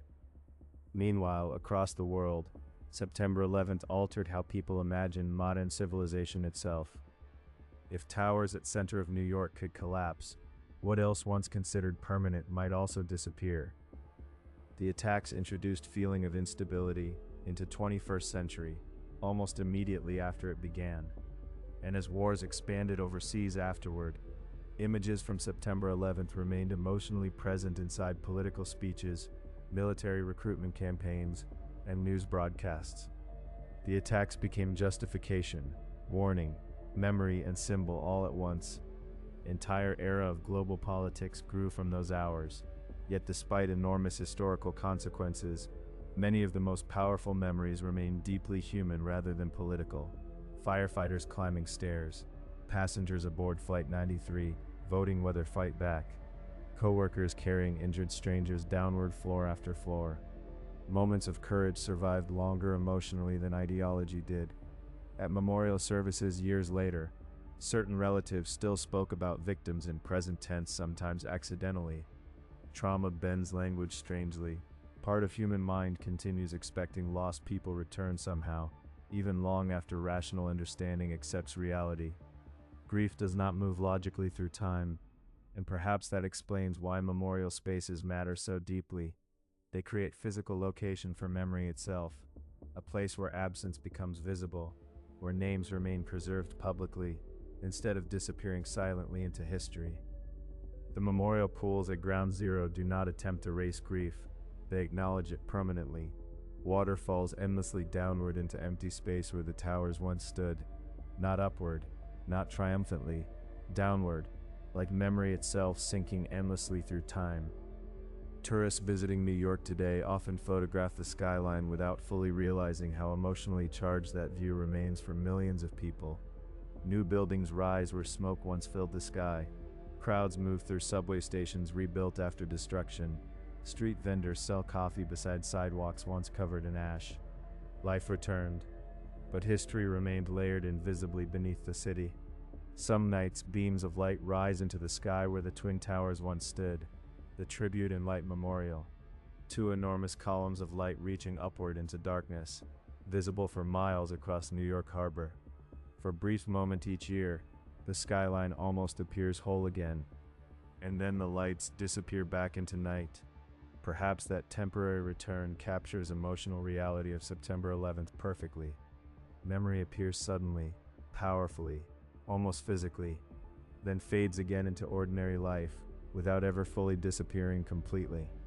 Because somewhere tonight, inside apartments across Manhattan, inside quiet suburban homes, inside aging firehouses, inside old voicemail recordings saved for decades, September 11th still survives, not only as history, but as living memory carried quietly by millions of ordinary people. As years passed after September 11th, many people noticed something unusual about conversations surrounding the attacks. Almost everyone remembered where they were, not approximately, exactly. The classroom, the office hallway, the highway exit, the restaurant television mounted above crowded tables. Memory attached itself permanently to ordinary locations. Some people first learned about the attacks through phone calls filled with panic. Others heard confused radio broadcasts before understanding full reality. Many initially believed the reports sounded impossible. A small plane accident, perhaps, a misunderstanding, a terrible but isolated event. Then the second plane struck, and disbelief transformed instantly into fear. For air traffic controllers that morning, the attacks unfolded through radar screens and fragmented radio transmissions. Confusion spread rapidly inside control centers. Aircraft stopped responding correctly. Pilots failed answering communications. Transponders disappeared from radar. Controllers realized something deeply wrong was unfolding before anyone fully understood the scale. One controller later described feeling almost physically helpless watching events unfold without ability to stop them. Modern aviation systems were designed around assumption passengers wanted planes land safely. No one imagined hijackers intending to use aircraft themselves as weapons. September 11th shattered assumptions underlying entire system. Inside the towers before the collapses, conditions varied dramatically floor by floor. Some offices filled quickly with smoke and fire. Others remained strangely calm for a period of time despite chaos unfolding above and below them. Workers attempted helping one another navigate stairwells while emergency announcements continued repeating incomplete instructions. The uncertainty itself became deadly, and still, throughout the confusion, acts of humanity appeared constantly. Employees carrying disabled coworkers downstairs, strangers sharing water, people refusing to evacuate without helping others first. Photographs from those moments looked less like modern city and more like scenes from another world entirely. Many survivors later described strange silence immediately after the collapses. Not true silence, but muffled silence created by shock itself. People stumbled through ash-covered streets, barely speaking. Some stared backward toward empty skyline, unable emotionally to process what had happened. The human mind sometimes protects itself temporarily from overwhelming reality. In apartment buildings across New York, televisions remained switched on continuously for days afterward. People slept beside rolling news coverage. Families gathered together watching updates late into the night. Phone lines remained overloaded while relatives attempted contacting loved ones. The attacks transformed private homes into spaces of collective mourning. And while New York became center of global attention, smaller tragedies unfolded quietly across thousands of individual households simultaneously. Children asking when parent would come home. Partners listening repeatedly to saved voicemail messages. Grandparents waiting for information that arrived too slowly or not at all. History often remembers large events, but suffering happens individually. At Ground Zero, workers eventually established temporary morgues and identification centers. Recovery became a painstaking process lasting months. Many remains were never fully identified. For some families, absence itself became final reality. No funeral, no goodbye, only memory. Yet even amid unbearable grief, moments of resilience continued appearing throughout the city. Restaurants reopened despite nearby devastation. Musicians performed free concerts for exhausted recovery crews. Citizens lined streets applauding firefighters and police officers returning from Ground Zero. Human beings instinctively search for ways to continue living after catastrophe. And perhaps nowhere was that resilience more visible than among rescue workers themselves. Many continued returning day after day despite exhaustion, toxic air, emotional trauma, and physical danger. Some searched not because they believed survivors remained alive anymore, but because abandoning the effort felt emotionally impossible.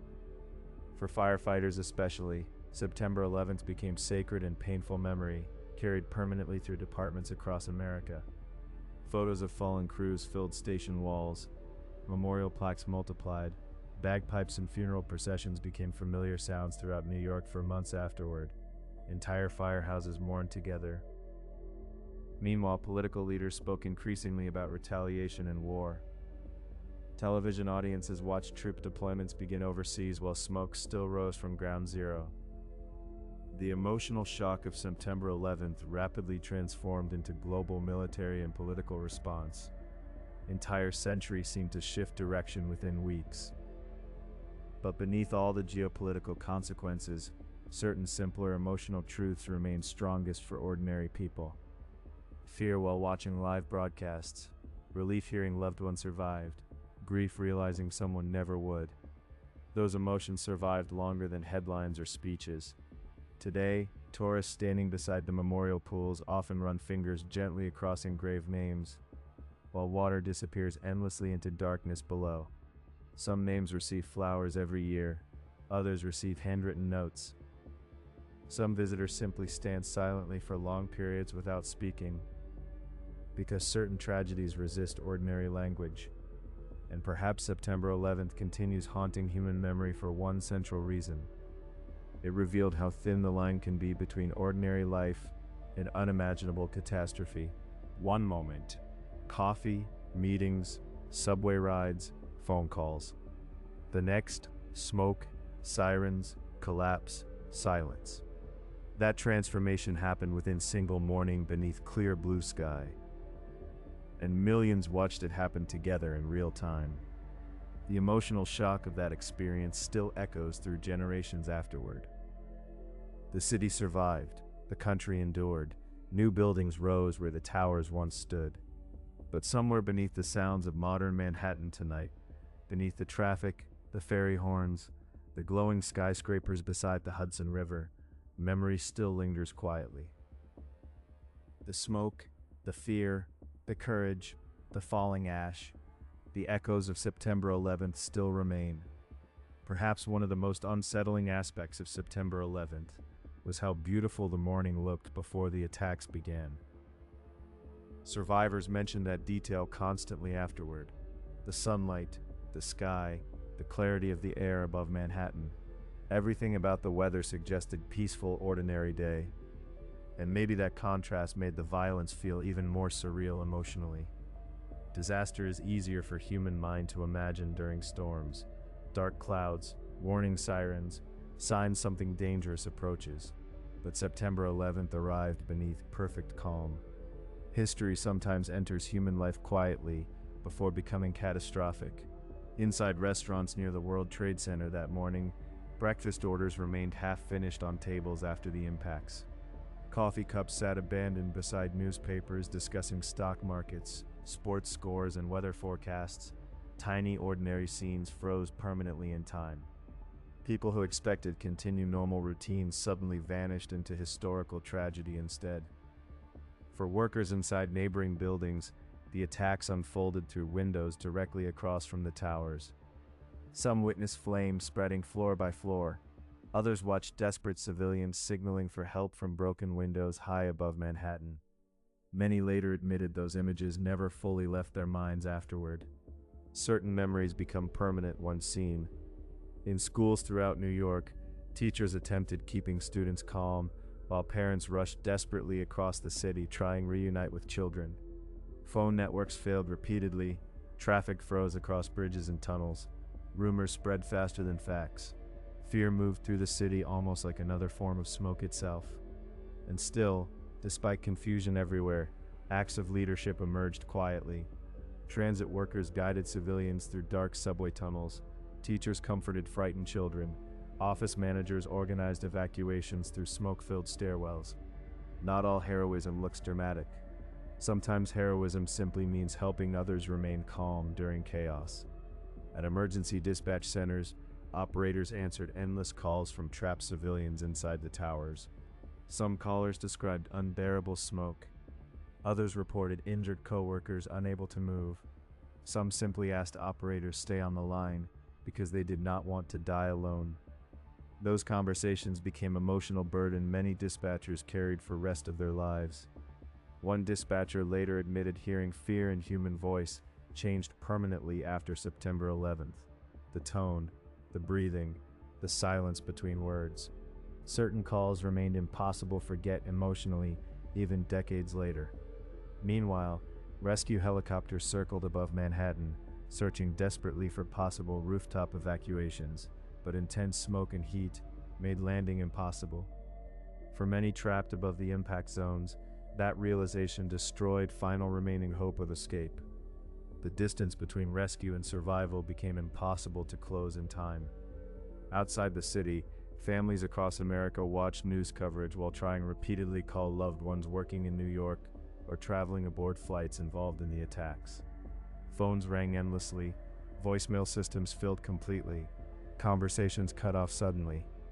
The uncertainty itself became torture, not knowing, waiting, hoping against logic. And then there were those who kept going back toward danger after escaping. Some civilians returned into smoke searching for coworkers. Off-duty medical workers rushed toward hospitals and emergency centers. Boat captains returned repeatedly across the Hudson, evacuating strangers from Manhattan. September 11th revealed not only fear, but extraordinary instinct toward helping others despite fear. At Ground Zero after sunset, massive floodlights illuminated smoke rising through the ruins like seen from another planet. Steel beams twisted by unimaginable force cast enormous shadows across debris fields. Recovery crews worked through exhaustion while radios played quietly beside heavy machinery. The city around them continued moving, but inside Ground Zero, time felt suspended. For months afterward, workers recovering debris occasionally discovered notes left behind inside the towers. Handwritten messages, schedules, family reminders, ordinary pieces of daily life interrupted forever. Those fragments reminded everyone that catastrophe destroys futures as much as buildings. Plans vanished that morning too. The attacks also changed language itself. Phrases like Ground Zero, Homeland Security, and War on Terror suddenly entered everyday conversation permanently. Even dates changed meaning. After September 11th, simply saying 9/11 immediately carried emotional weight recognized around the world. Few historical events become identified so instantly by numbers alone. And yet, for all the enormous political consequences, many survivors remembered surprisingly small moments most vividly.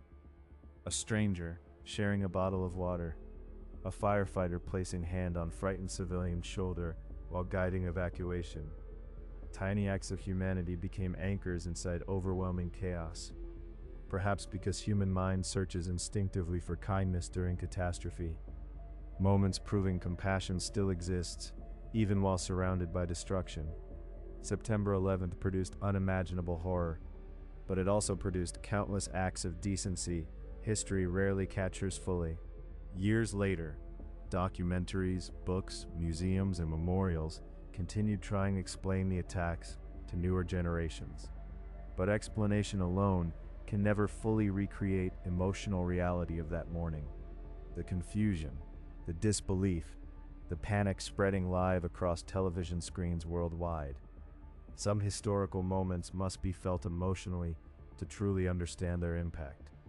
And somewhere tonight, inside quiet apartments overlooking Manhattan, inside suburban homes filled with old photographs, inside firehouses where portraits of fallen crews still hang on walls, memory continues surviving quietly. Not loud anymore, not constantly, but present, like echo moving through time long after original sound has faded. Because September 11th was not only attack on buildings, it was attack on ordinary human life itself. Morning routines, family phone calls, lunch plans, commutes across bridges beneath blue September sky. The ordinary suddenly became fragile, and millions never forgot that feeling afterward. As recovery efforts continued through autumn, New York slowly entered colder weather beneath skyline permanently changed by the attacks. Smoke still drifted upward from Ground Zero during certain mornings. Construction lights still illuminated the ruins after dark. Rescue crews still searched through debris while winter approached. For many workers there, the disaster no longer felt like single day. It became an entire season of grief. Nearby businesses struggled reopening. Some storefronts remained coated in gray dust weeks afterward. Others displayed photographs of missing employees beside entrances. Even ordinary errands felt emotionally different in lower Manhattan after September 11th. People spoke softer, moved slower, looked south toward the empty skyline almost automatically. And despite constant news coverage, many survivors later described feeling strangely isolated inside their trauma. Millions watched the attacks live, yet the experience of actually standing inside Manhattan that morning felt impossible to fully explain afterward.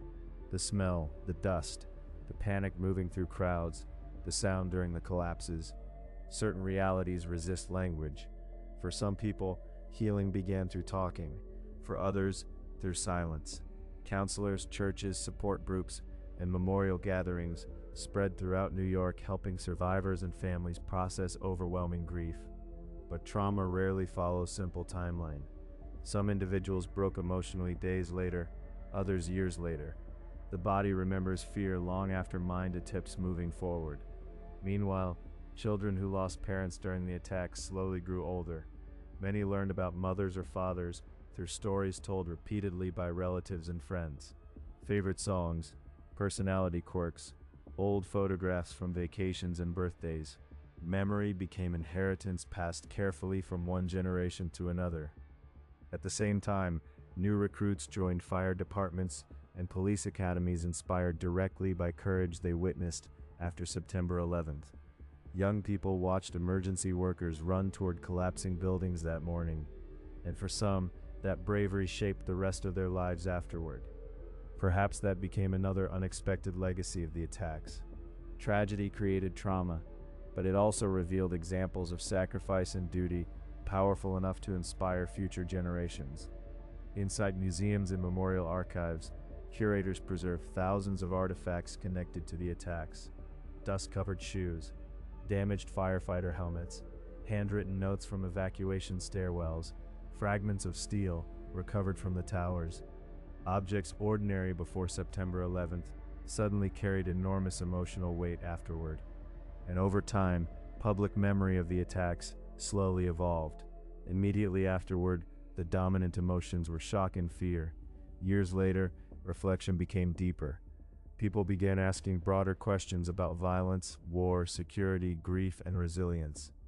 History changed shape as distance from the event increased, but one thing remained constant: the emotional power of the human stories.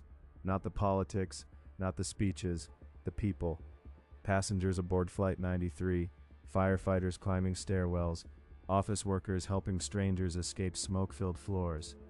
Those stories survived because they revealed something fundamentally human beneath catastrophe. And maybe that is why September 11th still affects younger generations born after the attacks themselves, because the story is not only historical, it is emotional. The fear of losing ordinary life suddenly, the instinct to help others during disaster, the search for meaning after immense grief. Those emotions remain recognizable across time. Every year when memorial lights rise above Lower Manhattan, the city briefly recreates outline of towers that no longer exist. Two columns of light stretching upward into darkness, visible across rivers and rooftops throughout New York. For a few hours, absence becomes visible again, and then the lights disappear before morning. Perhaps memory works same way. Certain moments rise unexpectedly from darkness years later. A sound, a smell, a photograph, a clear blue September sky, and suddenly the past feels emotionally close again, despite decades passing. Tonight, tourists walk through Lower Manhattan, carrying shopping bags and phones, while office lights reflect across new skyscrapers beside the Hudson River. Life moves normally through streets once covered in ash. Ferries cross the harbor, subways roar beneath the city, restaurants fill with conversation and music. New York survived, but somewhere beneath all that movement, memory still remains. Inside memorial pools, inside surviving families, inside aging firefighters, inside old voicemail recordings saved carefully for decades, the echoes never disappeared completely. September 11th lasted only hours, yet its emotional shadows stretched across generations. Wars followed, politics changed, cities rebuilt themselves, but perhaps the deepest legacy remains simpler than any political consequence.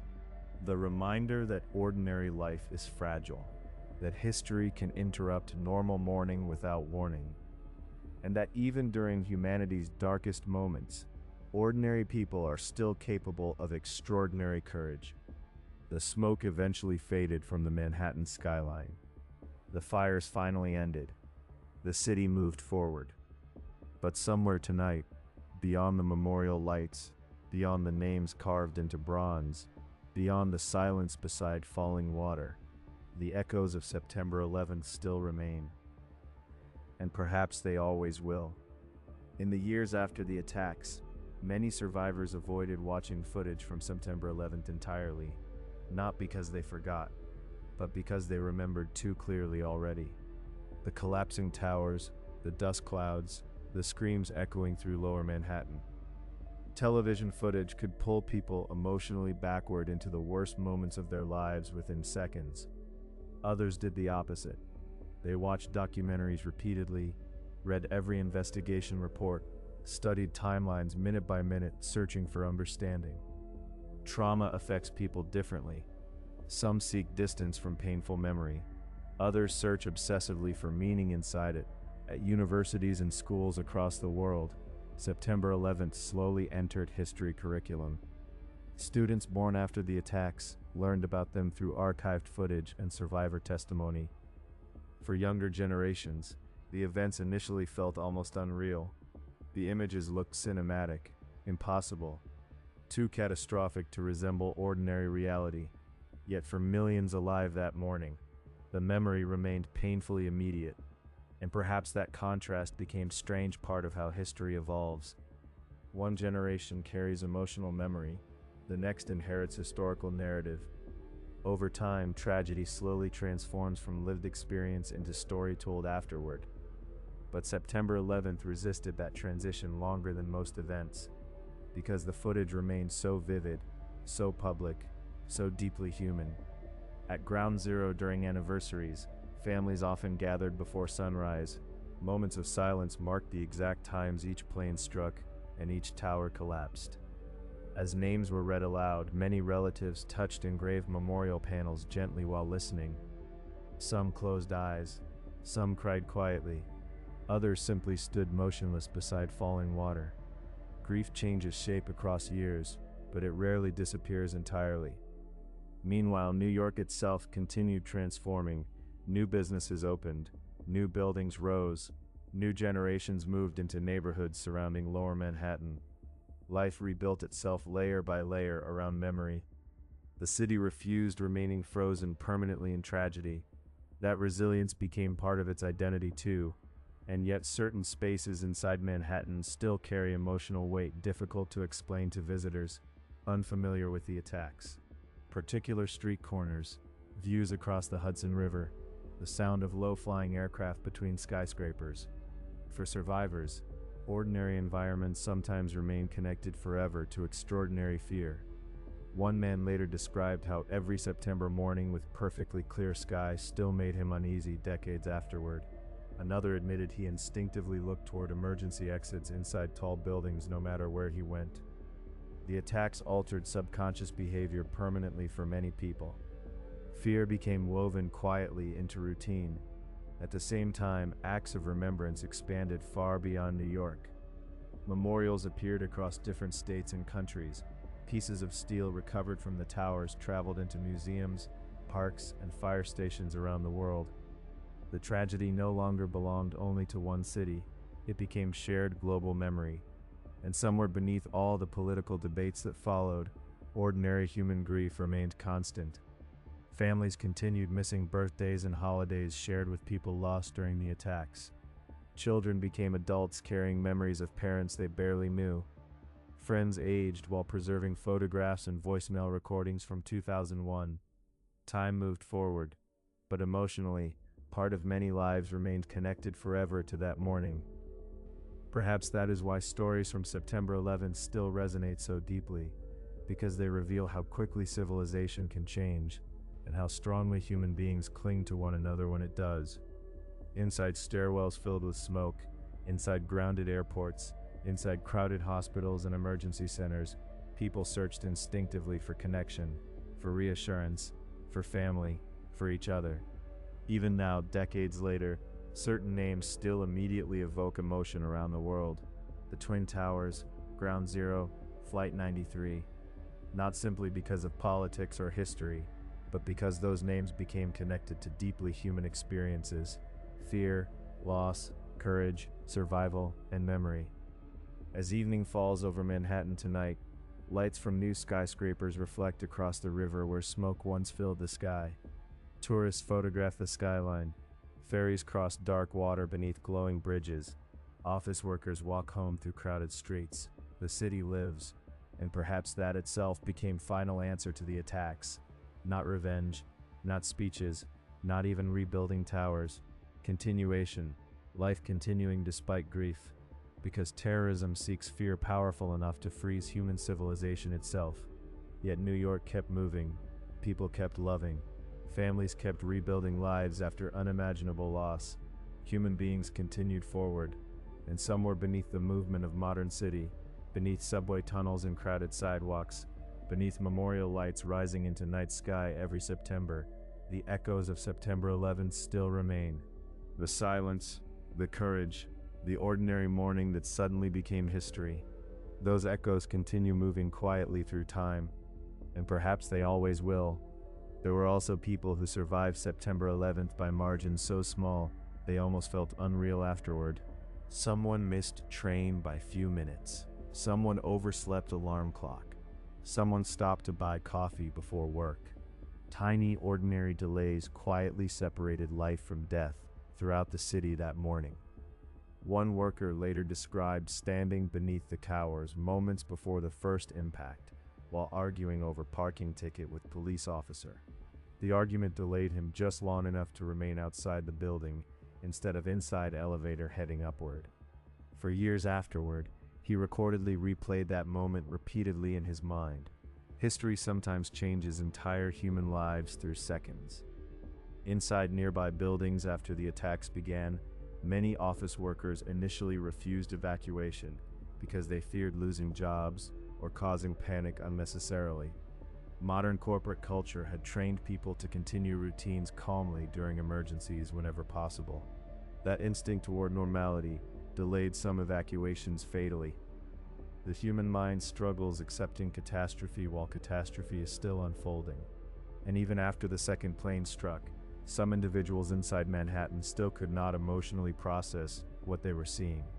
The scale felt too enormous, too cinematic, too impossible. Reality itself temporarily felt broken. At airports across Europe and Asia, international flights heading toward the United States suddenly turned around mid-air after American airspace closed completely. Passengers aboard planes received fragmented information from frightened flight crews.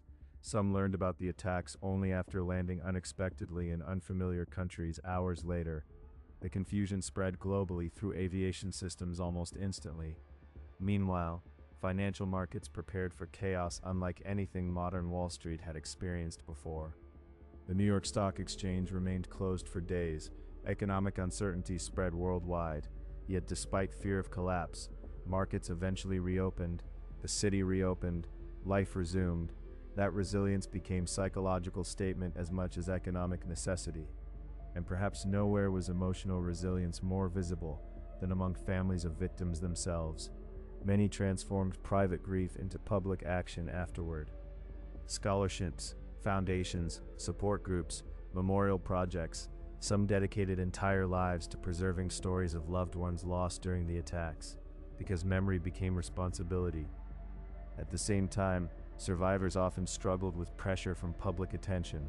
People wanted stories, interviews, explanations, but many individuals escaping the towers simply wanted ordinary life back again. Some disappeared completely from media afterward, refusing to discuss the attacks publicly for decades. Trauma does not always want audience. For rescue workers, certain nights after September 11th remained especially difficult emotionally. Exhaustion lowered emotional defenses. Smoke continued rising through darkness above the ruins. Searchlights illuminated twisted steel stretching endlessly through Ground Zero. Many later admitted nighttime felt heavier than daytime. The city looked wounded beneath floodlights. And then there was the sound. Not only the collapses themselves, but afterward too. Machinery grinding through debris, helicopters circling above Manhattan, sirens echoing continuously through narrow streets. For months, New York sounded different. The city itself seemed grieving aloud, yet alongside grief, moments of astonishing solidarity appeared. Countries across the world held vigils. Foreign newspapers printed messages of support. People who had never visited America stood silently in public squares, mourning alongside strangers. For a brief moment, humanity itself seemed emotionally united by shared horror. Perhaps because the attacks targeted something universally recognizable: ordinary human life. People going to work, travelers boarding airplanes, parents making phone calls, co-workers drinking morning coffee. The victims were not distant soldiers on battlefield. They were civilians inside everyday routines suddenly interrupted forever. Years later, survivors visiting the Memorial Museum often stop longest beside recordings of voicemail messages left during the attacks. The voices sound ordinary, calm sometimes, terrified sometimes, loving almost always. Those recordings preserve something history books cannot fully capture: the emotional reality of human beings facing unimaginable circumstances in real time. Some messages lasted only few seconds, others continued longer as callers attempted to comfort family members despite overwhelming fear around them. Listening to those voices today still affects visitors profoundly, because beneath all the smoke and politics, September 11th remained deeply personal human tragedy, and maybe that explains why memory of the attacks never disappeared completely, even after decades passed. Certain historical moments become woven into collective identity permanently. Pearl Harbor, the assassination of Kennedy, the moon landing, and September 11th joined those moments almost instantly, a dividing line inside modern history itself, before the attacks and after them. That became emotional language millions instinctively understood. Tonight, the streets around Lower Manhattan glow again with headlights, restaurants, music, and conversation. Tourists walk through neighborhoods rebuilt after unimaginable destruction. New office workers ride elevators upward, through towers rising above Ground Zero once more. Life reclaimed the city, but memory remained beside it. And somewhere inside that balance between grief and continuation, the true legacy of September 11th still exists. Not only tragedy, but humanity refusing to disappear beneath catastrophe. People helping strangers, cities rebuilding themselves, families preserving memory across generations, courage surviving beside sorrow. The fires ended, the dust settled, the skyline changed, yet the echoes still move quietly through time, through memorial lights above Manhattan, through names carved into bronze, through old recordings saved inside family homes, through survivors carrying memories no photograph could fully capture. And perhaps they always will. There is another reason September 11th remained emotionally unforgettable for so many people. The attacks happened in morning, not late at night, not during storm, not hidden in darkness. They unfolded in daylight while millions prepared for ordinary day. That visibility changed everything. People watched the towers burn beneath sunlight so bright it almost looked artificial on television screens. Smoke drifted upward against perfectly blue sky. Glass reflected morning light moments before collapse. Emergency lights flashed through streets filled with civilians covered in ash. Beauty and horror existed side by side in ways human minds struggled accepting. Some survivors later described feeling guilty for noticing how beautiful the morning looked despite the catastrophe unfolding around them. The sky remained calm. Birds still crossed above Manhattan. The river still reflected sunlight beside smoke-covered skyline. Nature itself continued normally while human beings experienced chaos below. And perhaps that contrast made the attacks feel even more surreal emotionally. The world itself did not appear broken. Only human civilization did. Inside evacuation stairwells, small acts of kindness continued appearing constantly. People stepped aside for injured strangers. Co-workers encouraged exhausted civilians to continue downward. Some carried disabled co-workers across dozens of floors, despite overwhelming smoke and fear. No cameras captured most of those moments, yet they became an essential part of the story afterward, because catastrophe often reveals character more clearly than ordinary life ever does. Some people panic, some freeze, some become cruel, and others become astonishingly compassionate despite impossible circumstances. September 11th revealed all those sides of humanity simultaneously. At one point during the evacuations, office workers moving downward reportedly began applauding firefighters climbing upward toward danger.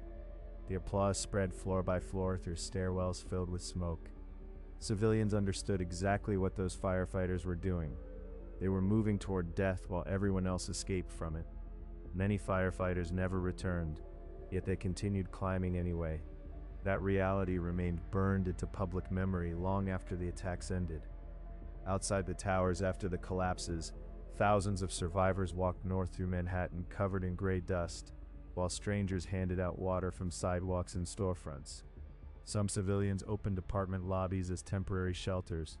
Others guided disoriented survivors toward bridges and ferries leaving the city. New Yorkers often describe the city as fast, loud, impatient place.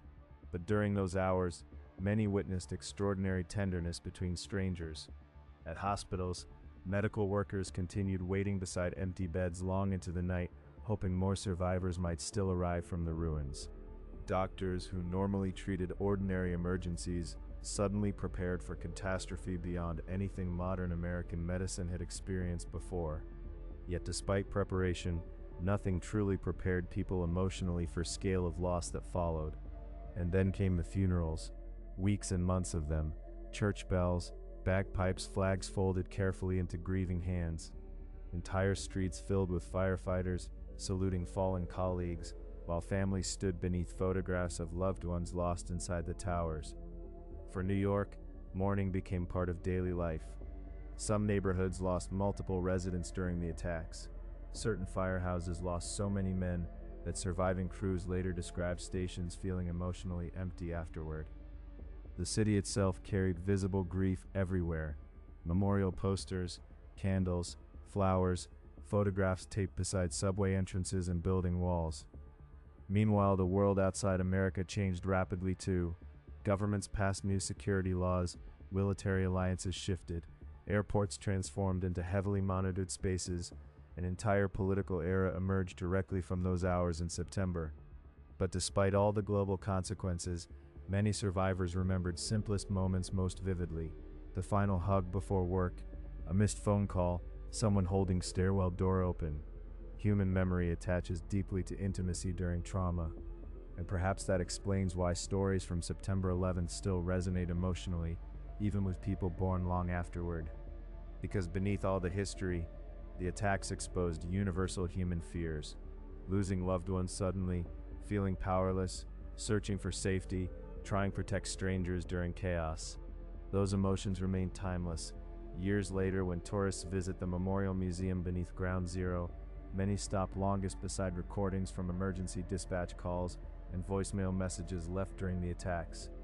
The voices sound painfully ordinary. People asking questions, trying to remain calm, telling family members they love them. No dramatic speeches, just human beings confronting impossible situation moment by moment.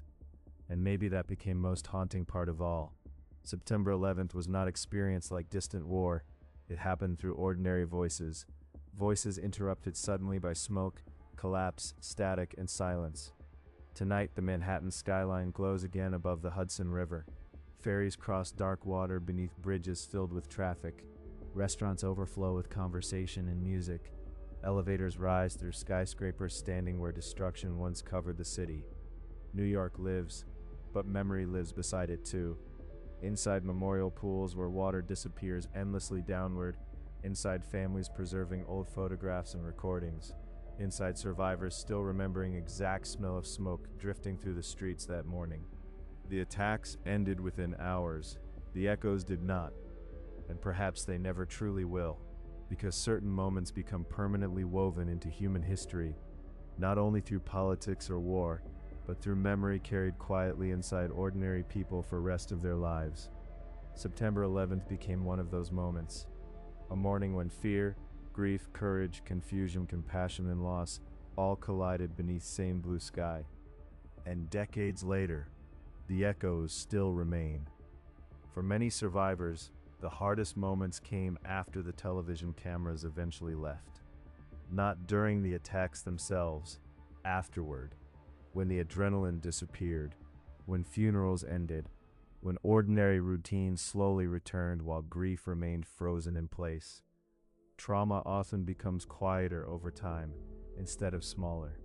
People return to offices, return to grocery stores, return to birthdays and holidays. Yet certain absences followed them everywhere. A missing laugh at dinner table, an empty office chair, a phone number nobody could call anymore.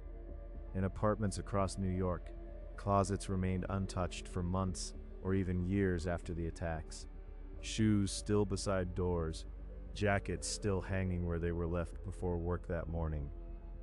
Voicemail messages preserved because deleting them felt emotionally impossible. Grief transforms ordinary objects into sacred things. Some families later admitted they feared forgetting small details most. The sound of someone's voice, the way they laughed, how they walked through a room while talking on phone. Memory became precious because it was all that remained physically. Meanwhile, firefighters and recovery workers continued suffering physical consequences long after September 11th faded from constant headlines. Toxic dust from Ground Zero entered lungs during weeks and months of rescue operations. Many workers later developed severe illnesses connected directly to exposure at the site. For some, the attacks continued damaging lives decades afterward. And still, despite everything, many rescue workers insisted they would make same choices again. They would still run toward the towers, still climb stairwells, still search the ruins afterward, because duty and compassion outweighed fear in those moments. That reality stayed emotionally powerful for an entire generation watching. At schools across America after the attacks, children practiced evacuation drills and emergency lockdown procedures more frequently than generations before them. Fear reshaped education, transportation, architecture, politics. The emotional shock of September 11th slowly spread into everyday systems people interacted with constantly afterward. And perhaps that is how major historical trauma truly changes society, not only through dramatic moments, but through countless smaller adjustments made afterward. Extra security cameras, longer airport lines, different assumptions about safety and danger. The world subtly reorganized itself around memory of those hours. Yet amid all the changes, certain human reactions remain timeless. People still gathered together during grief, still searched for hope during disaster, still helped strangers despite danger. September 11th revealed vulnerability, but it also revealed resilience. One survivor later described emerging from dust cloud after the South Tower collapse and suddenly realizing a complete stranger was holding his hand while they ran through the streets together. Neither person remembered when it happened. Fear simply erased social distance instantly. During catastrophe, human beings often stop becoming strangers to one another. At memorial ceremonies years later, many relatives continued reading names with voices trembling exactly the same way they had during earlier anniversaries. Time passed, but emotional weight remained, because grief does not follow calendar. Some wounds scar over, others stay tender forever. And perhaps that explains why the memorial pools were designed around flowing water instead of statues celebrating victory or revenge. Water moves continuously, just like memory, never fully still, never fully gone, always returning. Visitors standing beside the pools today often hear only water and distant city noise blending together. Subways rumble beneath Manhattan, traffic moves through nearby streets, construction cranes rise above skyline once destroyed by smoke and fire. The city continues living around memory instead of replacing it, and maybe that became New York's final answer to the attacks. Not forgetting, not surrendering to fear permanently, but continuing forward while carrying memory honestly. Because resilience does not mean absence of grief. It means learning how to live beside grief without allowing it to destroy everything else too. New York learned that slowly after September 11th. So did America. So did millions of ordinary people around the world who watched the attacks unfold live that morning. Tonight, somewhere inside quiet homes, survivors still occasionally wake from dreams about smoke-filled stairwells and collapsing towers. Some still avoid clear September skies emotionally. Some still replay final phone calls in memory. Some still pause during moments of silence every anniversary, unable to speak.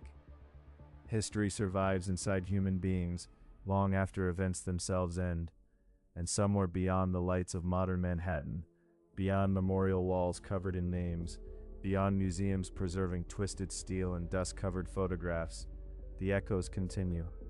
The firefighters climbing upward, the passengers fighting back aboard Flight 93, the crowds running through ash-covered streets beneath collapsing skyline. Moments of fear, moments of sacrifice, moments of extraordinary humanity. September 11th lasted only few hours, but its emotional shadow stretched across generations. And perhaps that is the final truth left behind by that morning. Ordinary life is fragile, yet even during unimaginable catastrophe, human beings still reach for one another in the dark.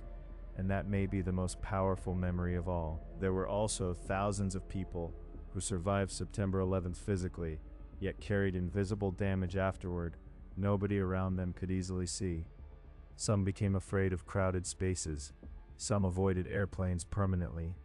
Others could no longer tolerate sound of sirens echoing between tall buildings. Trauma changed ordinary life quietly. A subway stopping suddenly inside dark tunnel could trigger panic. Low-flying aircraft passing above Manhattan could instantly pull memory backward 20 years within seconds. Certain survivors later admitted they still searched instinctively for exits every time they entered large building. The body remembers danger even after time passes. And then there were the recovery workers who spent months at ground zero breathing smoke, dust, and chemicals while searching through the ruins. Many developed illnesses years later: cancers, respiratory diseases, chronic pain. For them, September 11th did not end when the fires stopped burning. The attacks continued inside their bodies long afterward. Yet despite all of it, many rescue workers spoke less about fear than about responsibility. Responsibility to coworkers, responsibility to victims, responsibility to families waiting desperately for answers. Duty carried them through exhaustion again and again.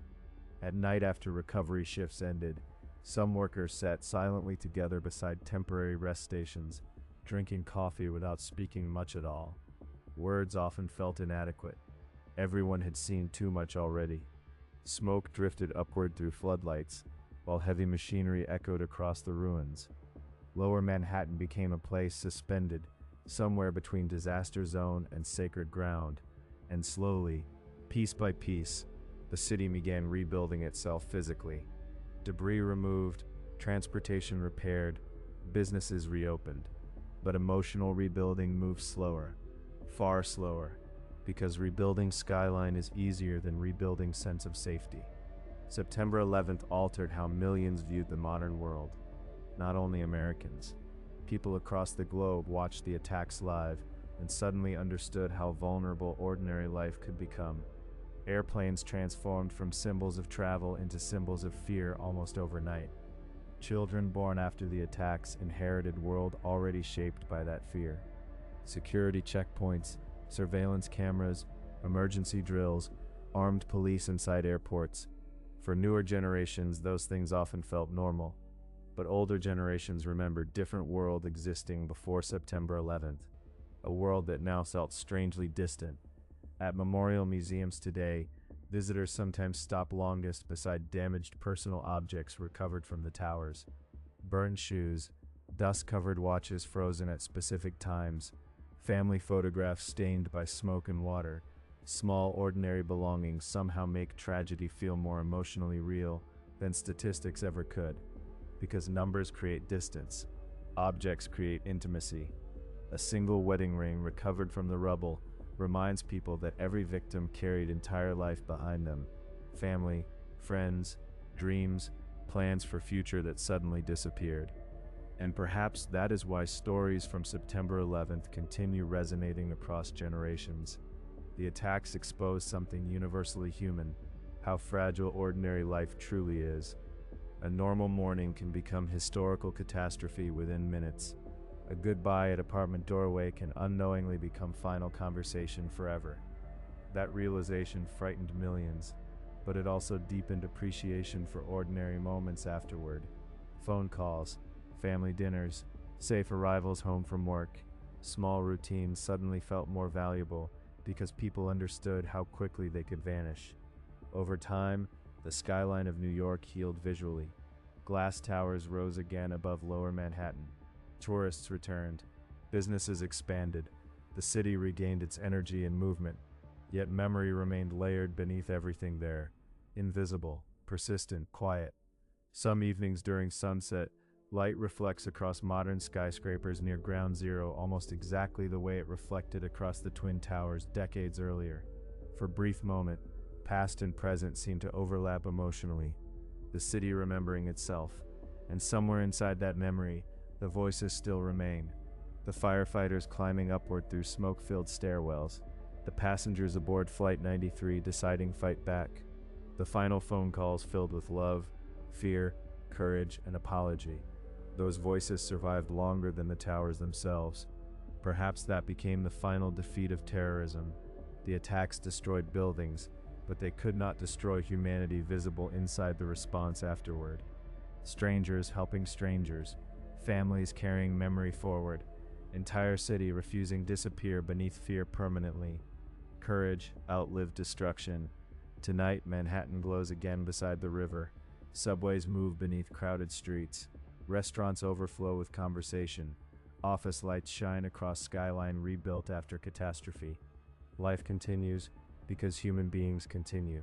Yet beneath the movement of the city, beneath memorial lights rising into darkness each September, beneath names carved forever into bronze beside falling water, the echoes still remain. The smoke, the silence, the fear, the courage, a morning that began like any other and became moment history itself changed direction. And perhaps generations from now, people will still speak quietly about September 11th for same reason survivors do today, because it revealed both the fragility and resilience of humanity at the exact same time beneath one impossibly blue sky. The towers fell, but memory endured, and somewhere beyond the skyline of New York, beyond politics and wars, beyond headlines fading into history books, the echoes still continue moving through time, and perhaps they always will. Even decades later, certain images from September 11th remain instantly recognizable around the world. Smoke pouring from the North Tower, people running through streets covered in ash, firefighters raising flag above the ruins at Ground Zero. Those images became more than photographs. They became symbols carried through collective memory itself. And perhaps what made them so powerful was how human they felt. Not distant battlefield scenes, not abstract political maps, but ordinary people trapped inside extraordinary horror. Office workers covered in dust, police officers guiding civilians through chaos, strangers embracing beside streets filled with smoke. The tragedy always remained deeply personal. For many survivors, the attacks permanently altered relationship with time. Some stopped postponing important conversations afterward. Others changed careers entirely. Some moved away from cities. Others became more deeply connected to family than ever before. Catastrophe forces people confront fragility directly. When human beings witness how suddenly ordinary life can disappear, priorities often change afterward. Things once considered urgent suddenly feel meaningless, and simple moments, a quiet dinner, a safe flight home, a phone call from loved one, begin carrying different emotional weight. At memorial ceremonies each September, certain survivors still stand silently during reading of names, while holding photographs faded slightly by time. Children who once lost parents during the attacks now attend as adults themselves. Years passed, generations changed, yet grief continued moving quietly through families. Some relatives later admitted they feared world would slowly forget the emotional reality of what happened. Not the historical facts, the human feeling, the confusion, the helplessness, the courage shown inside stairwells and smoke-filled offices. Memory requires preservation, and every anniversary became act of preservation itself. Meanwhile, historians and investigators continued studying the attacks from every possible angle. Aviation security, terrorism networks, intelligence failures, structural engineering, emergency response systems. Entire fields of policy and security transformed because of lessons learned that morning. But even after all analysis, certain emotional questions remained impossible to answer completely. Why some survived while others did not. How people found courage during impossible circumstances. How ordinary mourning transformed into global tragedy within minutes. History explains events, but it cannot fully explain human experience inside those events. For many New Yorkers, the sound of bagpipes still immediately evokes memory of September 11th because of the funerals following the attacks. Weeks and months of memorial services passed through city streets, firefighters standing shoulder to shoulder, flags folded carefully into grieving hands, church bells echoing through neighborhoods filled with mourning families. The city buried its dead publicly, and somewhere inside those ceremonies, people also began understanding something important. The attacks had not only destroyed buildings, they had changed the emotional landscape of an entire generation. Children grew up differently afterward. Politics changed. Language changed. The 21st century itself seemed to begin differently because of those hours. Yet despite fear and grief, life continued asserting itself. Couples still fell in love. Children still laughed in city parks. Subways still carried millions beneath Manhattan every day. Human civilization continued moving forward despite catastrophe. Perhaps that became the strongest form of resilience possible. Not pretending tragedy never happened, but refusing to allow tragedy become final definition of life itself. At night, the memorial pools continue flowing beside the rebuilt skyline. Water falls endlessly into darkness where the towers once stood. Tourists photograph the lights. Office workers pass quietly after long days. Families trace names gently with fingertips. The city remembers, not loudly anymore, but constantly.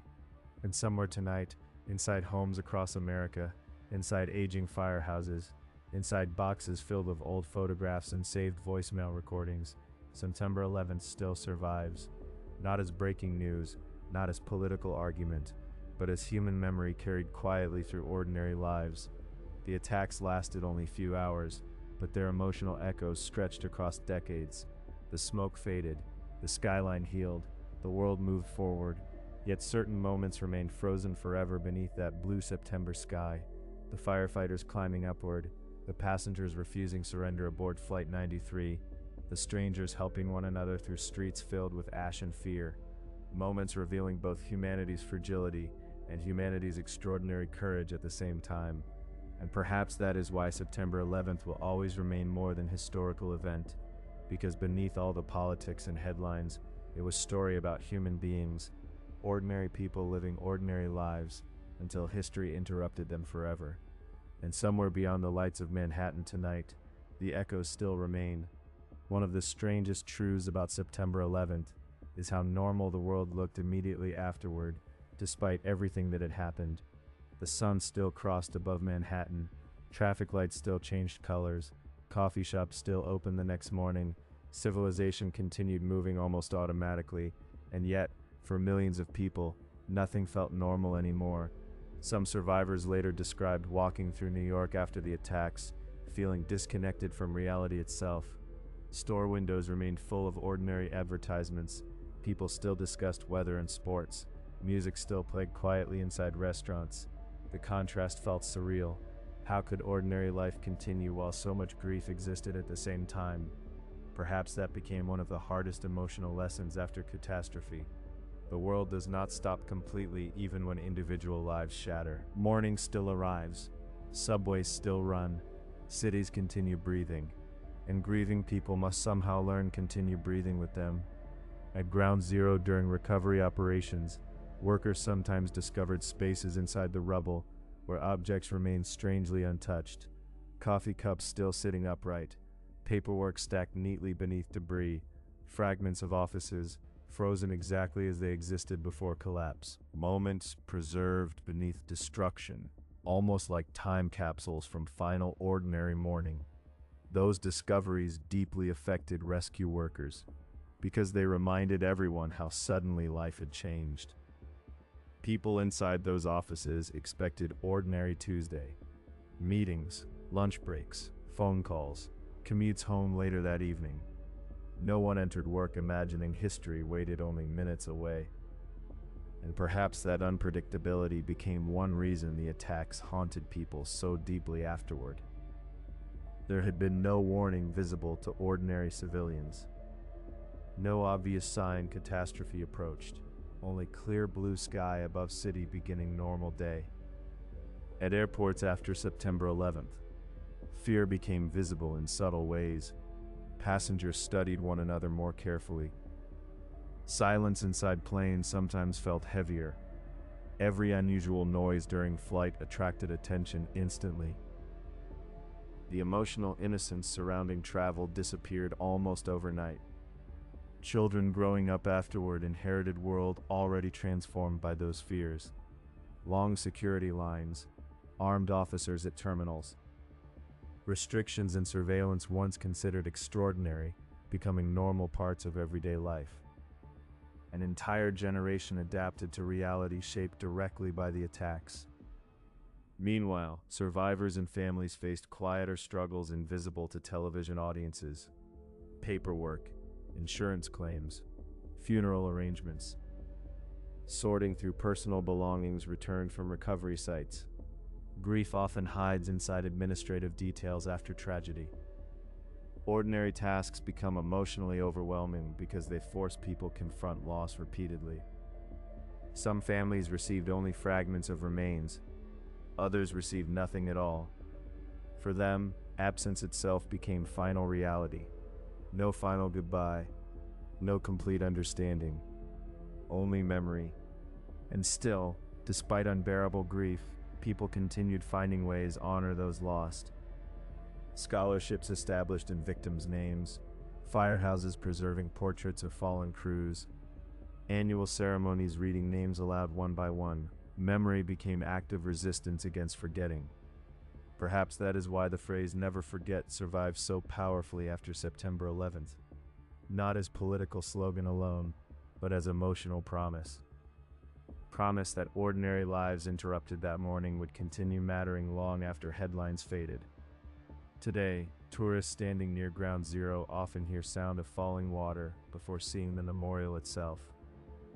The pools remain simple intentionally. No giant speeches carved into stone. No triumphant statues celebrating victory. Only names, water, absence. because certain tragedies cannot be explained away, only remembered. And somewhere beneath modern Manhattan tonight, beneath crowded subway tunnels and glowing office towers, beneath ferries crossing dark harbor water, beneath voices and traffic moving through rebuilt streets, memory still exists quietly, the smoke drifting upward through blue sky, the sound of collapsing steel, the strangers helping one another through ash-covered streets. Perhaps that is the reason September 11th still feels emotionally alive decades later.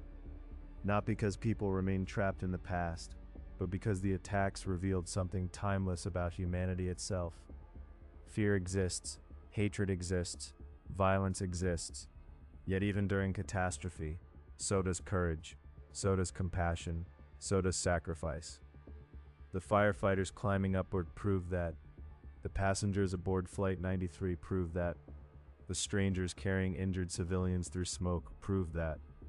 Humanity revealed its worst and best sides simultaneously that morning, beneath the same sky. The towers disappeared, the skyline changed, the century changed.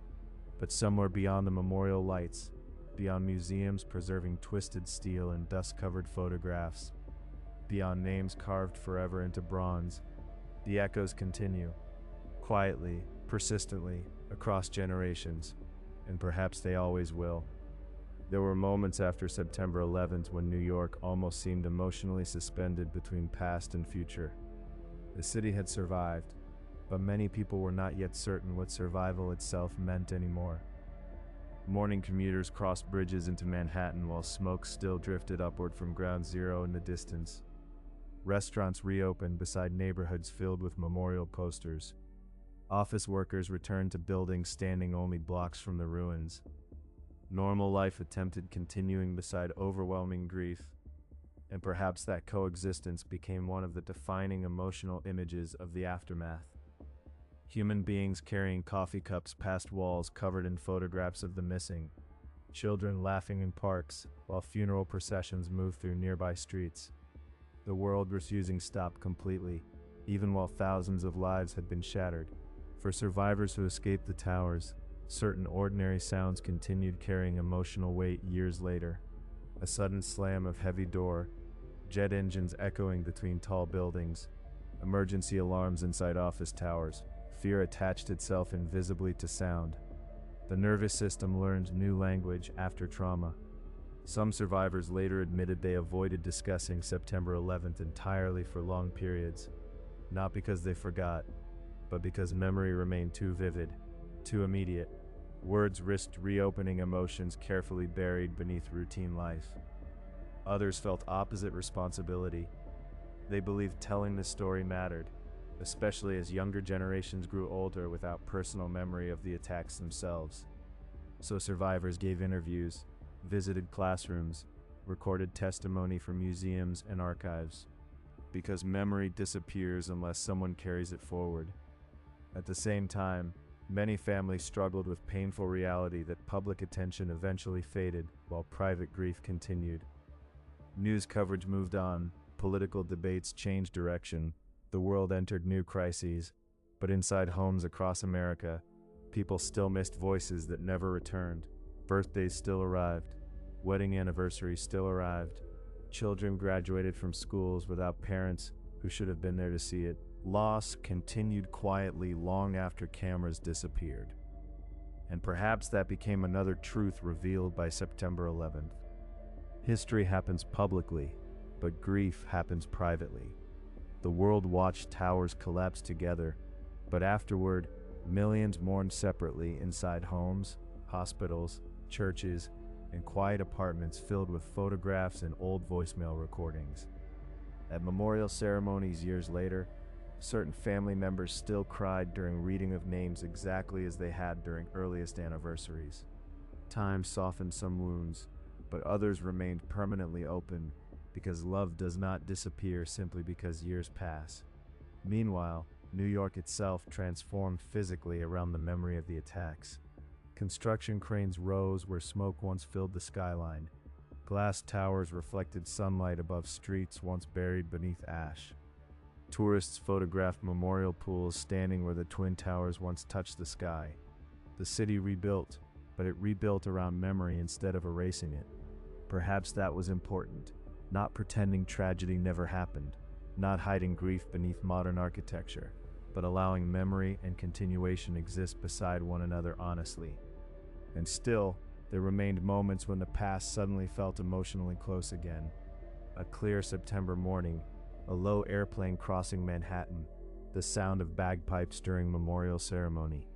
Memory moved quietly beneath ordinary life, waiting for unexpected moments to surface again.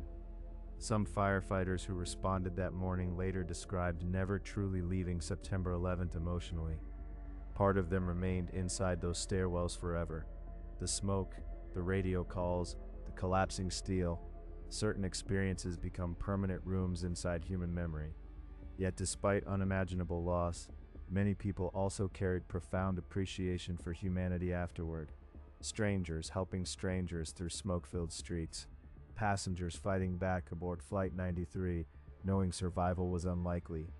Emergency crews climbing upward while everyone else escaped downward. Those moments revealed courage ordinary people rarely realize they possess until catastrophe demands it. And maybe that became the deepest emotional legacy of September 11th. Not only fear, not only destruction, but proof that compassion and sacrifice can still exist even during humanity's darkest hours. Tonight, lights from Manhattan shimmer across the Hudson River once more. Subways move beneath crowded streets. Restaurants fill with conversation and music. New office workers stare out from skyscrapers rising above lower Manhattan. The city lives. The world continued. But somewhere beneath the movement of modern life, beneath memorial pools where water disappears endlessly downward, beneath names carved forever into bronze beside the skyline, the echoes still remain.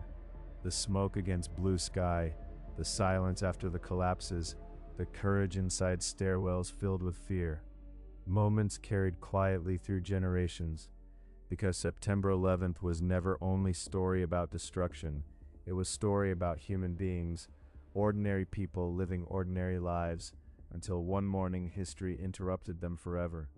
And decades later, the echoes still move through time, quietly, relentlessly, like memory refusing to disappear.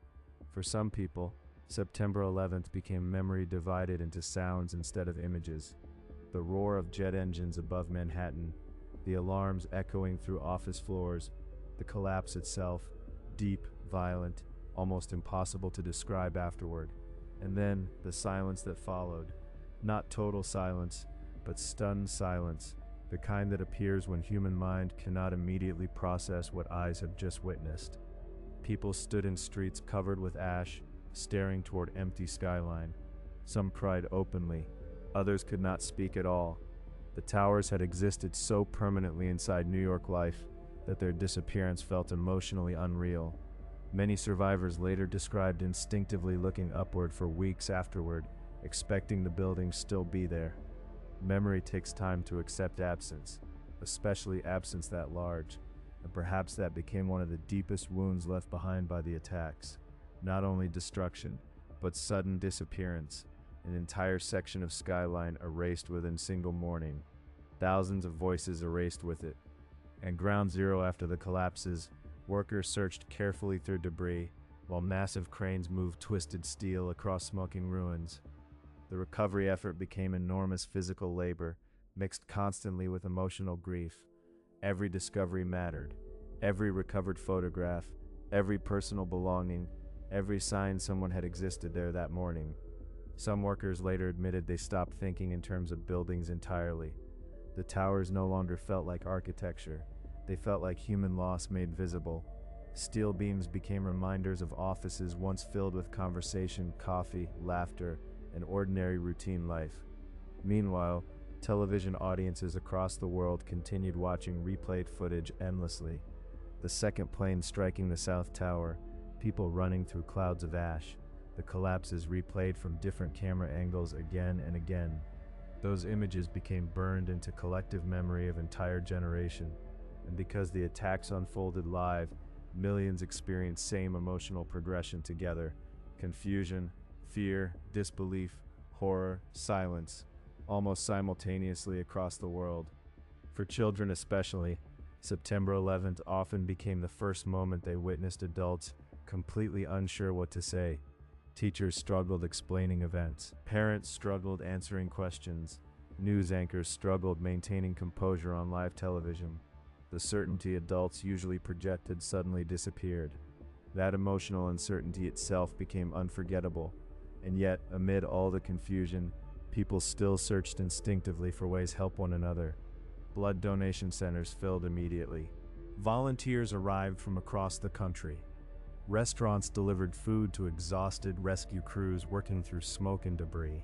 Human compassion expanded beside tragedy almost automatically. Perhaps that became one of the most important truths revealed by September 11th. Catastrophe can expose hatred, but it can also expose extraordinary generosity. The attacks created immense fear, yet millions responded not only with anger, but with empathy. At memorial ceremonies years later, survivors sometimes described feeling guilty about continuing normal life after so many others lost theirs. A phenomenon psychologists later recognized frequently after major trauma. Why do some people survive while others disappear? Why does one person miss work that morning while another enters tower a few minutes earlier? Questions without comforting answers. And maybe part of healing involved accepting there would never be complete explanation emotionally satisfying enough. Some tragedies remain larger than human understanding, not because facts are missing, but because grief itself cannot be solved logically. At sunset today, glass towers across Manhattan reflect orange light over streets once buried beneath smoke and ash. Ferries still move across the harbor. Crowds still cross intersections beneath glowing traffic lights. Music still drifts from restaurants and apartment windows. The city rebuilt its rhythm, but memory continues moving quietly underneath everything there. Inside survivors, inside families, inside firefighters who still remember radio calls from that morning, and inside millions of ordinary people around the world who watched history unfold live beneath blue September sky. Perhaps that is why September 11th still feels emotionally close, even after decades passed. Because the attacks did not happen far away from ordinary life. They happened inside ordinary life. Morning commutes, coffee breaks, business meetings, phone calls between family members, normal routines interrupted forever within minutes. And somewhere tonight, beneath the lights of Lower Manhattan, beneath the sound of subway trains and ferry horns, beneath memorial pools where water falls endlessly into darkness, the echoes still remain. The smoke rising above the skyline, the firefighters climbing upward, the strangers helping one another through fear and confusion. Moments of terror, moments of courage, moments proving how fragile humanity can be and how resilient humanity can become at the exact same time. September 11th lasted only one morning, but its echoes continued through generations, and perhaps they always will. In many ways, September 11th became a moment when entire generations suddenly understood history was not something safely trapped inside textbooks. It could enter ordinary Tuesday morning while people drank coffee and checked voicemail messages before work. That realization changed millions of people permanently. Before the attacks, many believed modern life had become predictable, stable, protected by technology, wealth, and powerful institutions. The Twin Towers themselves symbolized that confidence, massive structures rising above Manhattan like proof civilization itself could not easily be shaken.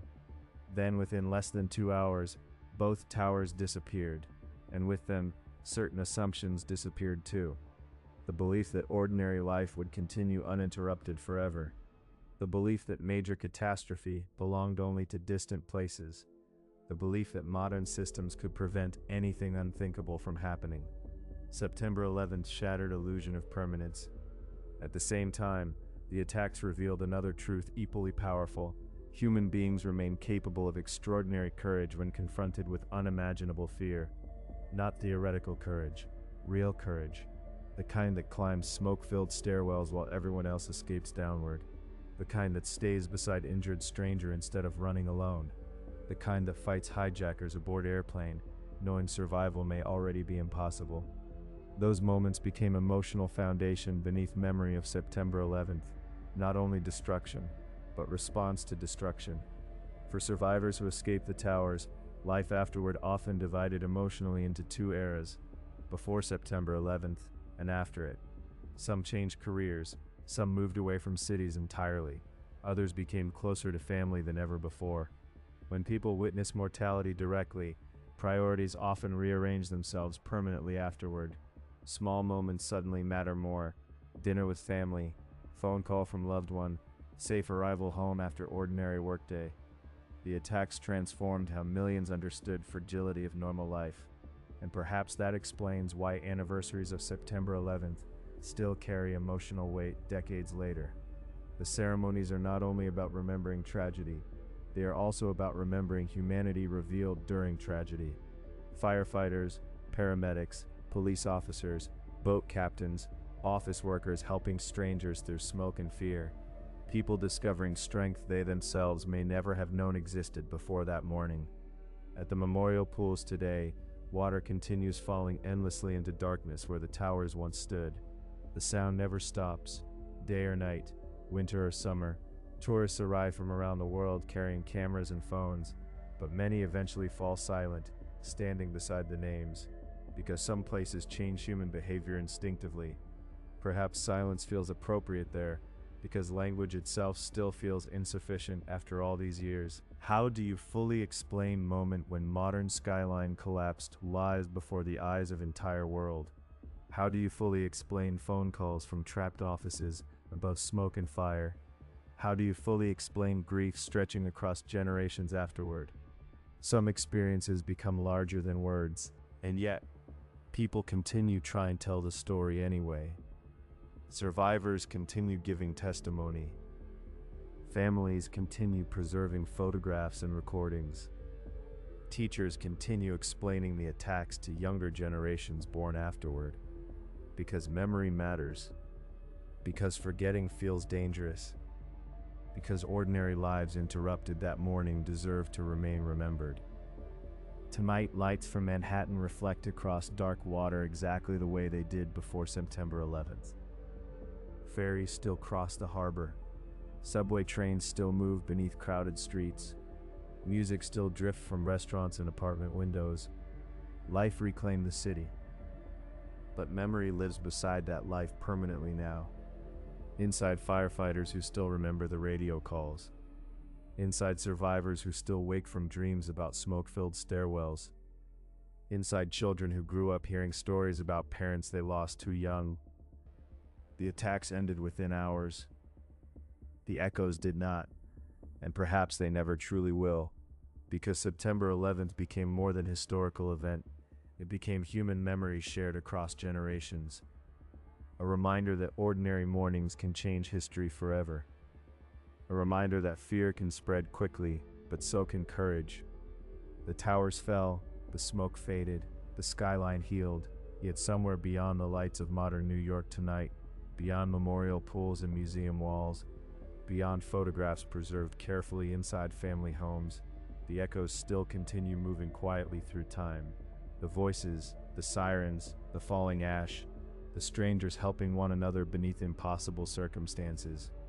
Moments of loss, moments of compassion, moments proving humanity's fragility and humanity's resilience beneath one impossibly blue September sky. And perhaps that is why the world still remembers, because even after all these years, the echoes remain. There is another reason the memory of September 11th never fully faded.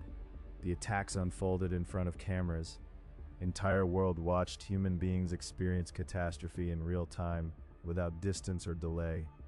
There was no historical narration yet, no finished documentaries, no reflection, only confusion happening live. News anchors struggled to understand information as quickly as viewers watching from homes, schools, airports, and offices around the world. Nobody fully knew what was happening while it happened. That uncertainty became part of the trauma itself. When the first tower burned, many still hoped disaster might somehow remain contained. Even after the second impact, some believed rescue crews would eventually control the fires and evacuate everyone safely. Very few ordinary people imagined skyscrapers that size could actually collapse. The idea felt impossible. and perhaps that impossibility made the collapses emotionally shattering in a way difficult to describe afterward. People were not prepared mentally for buildings disappearing. The human mind kept resisting reality, even while watching it happen. For survivors trapped inside surrounding streets, the collapsed clouds felt almost alive. Darkness swallowed entire blocks within seconds. Ash filled mouths and lungs. Visibility disappeared completely. People stumbled blindly through debris while alarms echoed somewhere inside the gray silence around them. Some survivors later described believing they were already dead during those moments. Not dramatically, simply because the environment around them no longer resembled recognizable reality. The city itself vanished beneath dust and smoke, and then came the long walks north. Thousands crossed bridges out of Manhattan on foot. Business executives walked beside construction workers. Tourists beside office employees. Strangers covered in ash moved silently together, away from the destruction behind them. Cell phones failed repeatedly. Rumors spread through crowds constantly. No one knew whether more attacks were still coming. Fear traveled with people across the city. Meanwhile, emergency responders continued entering areas everyone else tried escaping. Some firefighters reportedly reached astonishing heights inside the towers before the collapses began. They climbed carrying hoses, oxygen tanks, heavy protective gear, while exhausted civilians moved downward around them. Many responders knew conditions were worsening rapidly, yet they continued upward anyway. That decision remained one of the defining symbols of September 11th afterward. Duty stronger than fear. Inside Ground Zero during recovery operations, workers occasionally discovered places where heat fused steel together into shapes engineers had never seen before. The force released during collapse transformed familiar materials into something almost unrecognizable. The physical destruction itself stunned experts, but emotional destruction spread even farther. Families waited months for remains. Some never received any at all. For them, memory became the only gravesite left. At memorial ceremonies years later, certain names still caused crowds fall completely silent. Firefighters, police officers, flight attendants, office workers, passengers aboard hijacked planes. Ordinary people from countless backgrounds suddenly connected forever through a single morning in history. And perhaps that universality explains why the attacks resonated so deeply around the world. September 11th did not target battlefield. It targeted ordinary civilian life, morning routines, travel, work, family. Human beings recognized themselves inside those routines immediately. For younger generations born afterward, the attacks can sometimes feel distant because the world they inherited already included consequences of September 11th everywhere around them. Airport security, surveillance systems, terror alerts, military conflicts shaped by those events. But older generations remember a world before the attacks differently, a world that felt less guarded, less anxious, less suspicious. September 11th changed emotional atmosphere of modern life itself. And yet, despite everything, many survivors later said the strongest memory they carried was not hatred. It was humanity. Co-workers refusing to leave one another behind. Strangers guiding injured civilians through smoke. Passengers aboard Flight 93 deciding to protect people they would never meet. Moments of courage became brighter because darkness surrounding them felt so overwhelming. Perhaps that became final emotional contradiction left behind by the attacks. Human cruelty caused unimaginable suffering, but human compassion answered it immediately. Both realities existed side by side beneath the same sky. Tonight, Lower Manhattan shines again with light reflecting from glass towers above crowded streets. The city rebuilt itself physically, but memory remains woven invisibly beneath everything there. Inside memorial pools, inside survivor stories, inside old voicemail recordings, still preserved carefully by families decades later. The echoes continue, not loudly anymore, not through constant headlines or breaking news, but quietly, through anniversaries, through names read aloud every September, through sudden memories triggered by clear blue sky or distant airplane overhead. Because some moments never disappear completely once humanity experiences them together.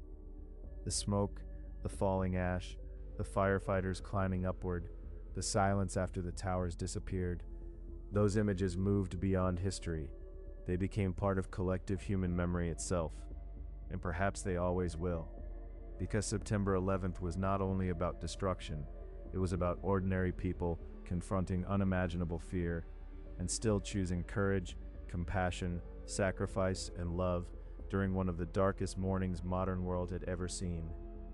As the years continued passing, September 11th slowly transformed from breaking news into historical memory. But unlike many historical events, the emotional intensity never disappeared completely, because too many people still carried the day inside them personally. Some carried physical scars, others carried memories impossible to explain fully to anyone who was not there. The smell of burning fuel drifting across Manhattan, the feeling of ash settling onto skin like gray snow, the sound of thousands of footsteps moving north, through streets filled with fear. Certain experiences become permanent once human mind absorbs them. For survivors who escaped the towers, ordinary office buildings sometimes never felt entirely ordinary again. Elevator rides became uncomfortable. Emergency alarms triggered panic instantly. Windows inside tall skyscrapers suddenly carried emotional weight they never held before. Trauma quietly reshaped architecture itself inside human memory, and perhaps that invisible reshaping became one of the deepest long-term consequences of the attacks. Not only physical destruction, but altered perception. The world looked different afterward because people felt different afterward. At the same time, new generations slowly grew up without direct memory of September 11th. Children born years later learned about the attacks through documentaries, photographs, museum exhibits, and stories from parents or teachers. For them, the towers existed mostly through archived images and survivor testimony. Yet even without personal memory, many still felt emotional impact listening to the stories, because the emotional truths remained understandable across generations. Fear, loss, courage, compassion. Those experiences never become outdated. Inside memorial museums, certain artifacts still stop visitors completely. Dust-covered firefighter helmets, burned office calendars frozen on September 11th, voice recordings from trapped civilians and emergency responders. The objects themselves feel ordinary, yet they carry unbearable emotional gravity because of what they witnessed. One damaged staircase rail, one pair of shoes, one voicemail message. Sometimes history survives most powerfully through fragments instead of monuments, and perhaps that is why the attacks continue affecting people decades later.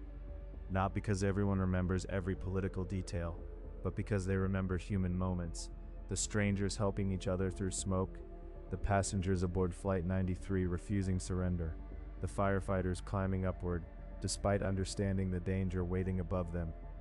Those moments reveal something essential about humanity itself. Even during catastrophe, people still choose courage. At Ground Zero today, visitors often stand silently beside the memorial pools longer than they expected. Some arrive as tourists, but many leave emotionally affected in ways difficult to explain, because standing there creates strange awareness of absence, an awareness that thousands of ordinary lives once existed exactly where water now disappears endlessly downward. The memorial does not try to erase grief, it allows grief exist honestly. Perhaps that honesty became important. Throughout history, cities destroyed by disaster often rebuilt quickly to prove resilience. New York rebuilt too, but it also preserved memory visibly inside the rebuilt landscape. The city chose continuation without forgetting. That balance shaped emotional identity of modern Manhattan afterward. And somewhere tonight, inside apartments overlooking the skyline, inside quiet suburban homes, inside aging firehouses where portraits still hang on walls, September 11th remains present. Not constantly, not loudly, but persistently, like echo moving through time long after original sound faded.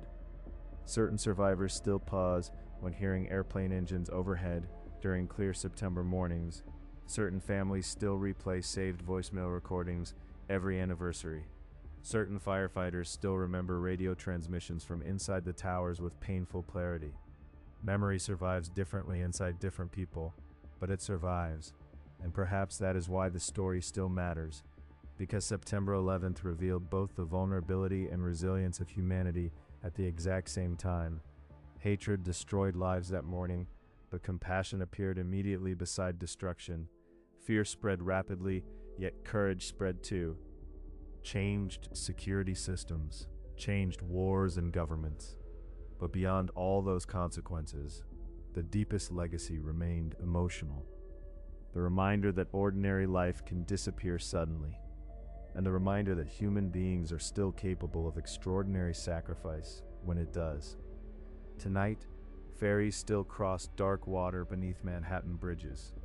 Subway trains still move beneath crowded streets. Office lights still shine across skyline rebuilt after catastrophe. Life continued, humanity continued. Yet somewhere beneath the movement of modern city, beneath the memorial lights rising into darkness every September, beneath names carved forever into bronze beside falling water, the echoes still remain. The smoke against blue sky, the strangers helping one another through fear, the silence after the towers disappeared. Moments carried quietly across generations, and perhaps they always will.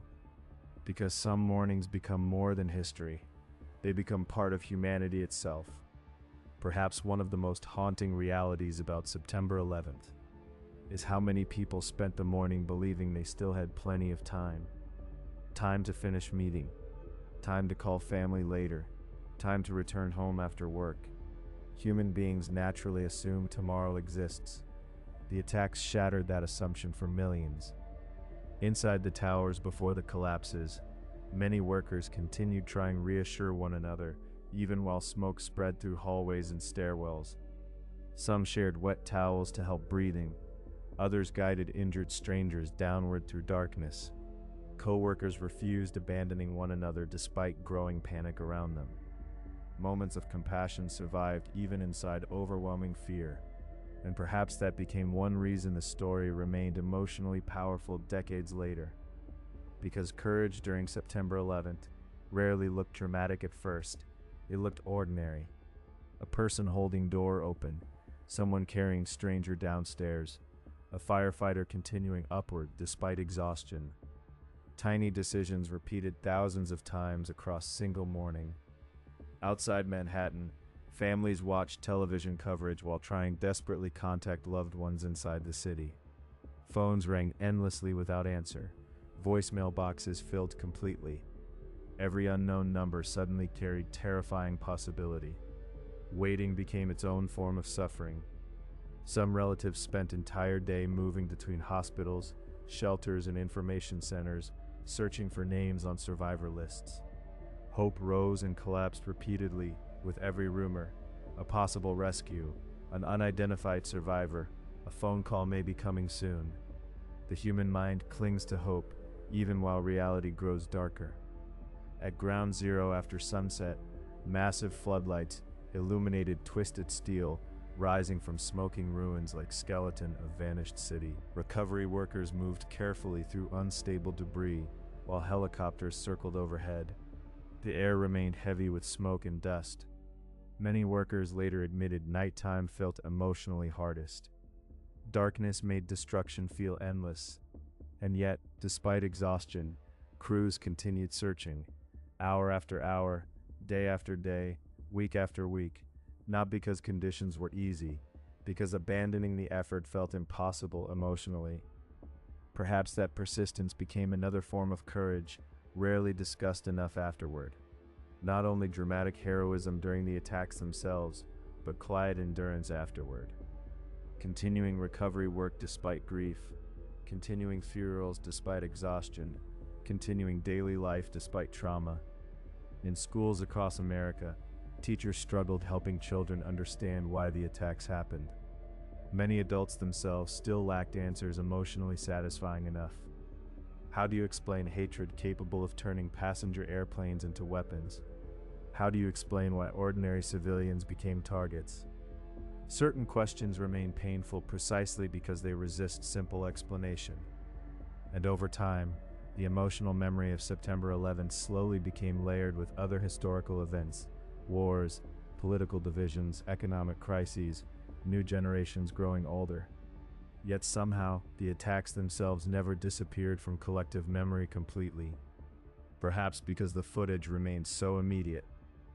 The second plane striking live on television, the towers collapsing beneath clouds of ash, the crowds running through smoke-filled streets. Those images bypassed historical distance. They felt personal even for people watching thousands of miles away. For many survivors, the attacks permanently altered relationship with ordinary mornings. Clear skies in September sometimes triggered sudden anxiety years later. Airplane sounds overhead carried different emotional meaning afterward. Even sunlight reflecting from skyscraper windows could unexpectedly pull memory backward into 2001 again. Trauma often hides inside ordinary sensory details. Meanwhile, memorials and museums continued preserving stories from the attacks carefully for future generations. Not only statistics or timelines, human stories, phone calls, acts of bravery, moments of fear and compassion unfolding simultaneously. Because ultimately, September 11th was experienced through individual lives.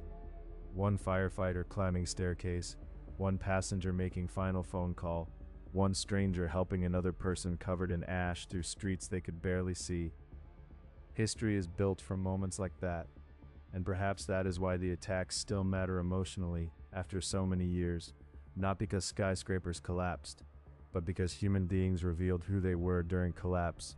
Some spread fear, others spread courage. Some destroyed, others sacrificed themselves trying to save strangers they would never meet again.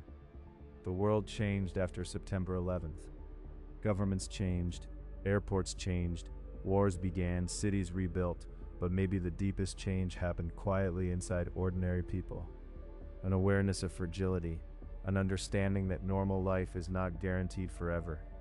Tonight, the Manhattan skyline shines again above dark water. Tourists photograph the city. Subways move beneath crowded streets. Office workers ride elevators upward through towers rising where destruction once covered the sky. New York endured, yet beneath the movement of the city, beneath the memorial pools where water disappears endlessly downward, beneath names carved forever into bronze, memory still lives. The smoke, the sirens, the falling ash, the strangers helping one another through fear. September 11th lasted only hours, but its echoes moved through decades. And somewhere tonight, inside survivors, inside families, inside history itself, those echoes still remain, quietly, powerfully, like distant sound continuing long after the moment that created it has already passed. In the months after September 11th, many people began noticing how fragile memory itself can become over time. Faces slowly blur, voices fade, details soften around edges, and that frightened many families almost as much as grief itself. Some relatives preserved everything they could: old voicemail recordings, birthday cards, photographs from vacations and ordinary weekends. Tiny fragments of daily life became priceless because they were all that remained physically connected to people lost that morning. One woman later admitted she kept old jacket hanging beside apartment door for years because it still smelled faintly like husband who never returned from the towers. Another family continued paying for disconnected cell phone simply to hear saved voicemail greeting whenever they called. Grief attaches itself to ordinary objects unexpectedly, and perhaps that reveals something important about human beings. When catastrophe destroys future, people cling tightly to memory. At the same time, the city itself continued aging and changing around the memory of the attacks. New businesses opened in Lower Manhattan. Children played in parks near streets once covered in ash. Glass towers reflected sunlight where smoke once darkened the skyline. Life rebuilt itself, layer by layer. Yet certain places inside the city still carried emotional gravity, difficult to describe to outsiders. Firehouses displaying portraits of lost crews, churches that sheltered rescue workers after the collapses, street corners where memorial flowers still appeared every September. Memory remained embedded physically into the landscape, and every anniversary, the city paused, moments of silence returned, names were read aloud once more, The memorial lights rose again into night sky above Manhattan. For a brief time each year, past and present seemed to stand beside one another. Perhaps that is why the Tribute in Light Memorial affects so many people emotionally. The towers themselves are gone, yet the beams recreate their absence through light, not rebuilding the structures physically, but reminding world where they once stood. And maybe memory itself works that way too, not perfectly restoring what was lost, but illuminating absence so it is never forgotten completely. For survivors who escape the towers, certain moments remain frozen permanently in memory, no matter how many years passed afterward. The heat inside stairwells, the smell of smoke, the sight of strangers helping one another descend floor after floor. Trauma compresses time strangely.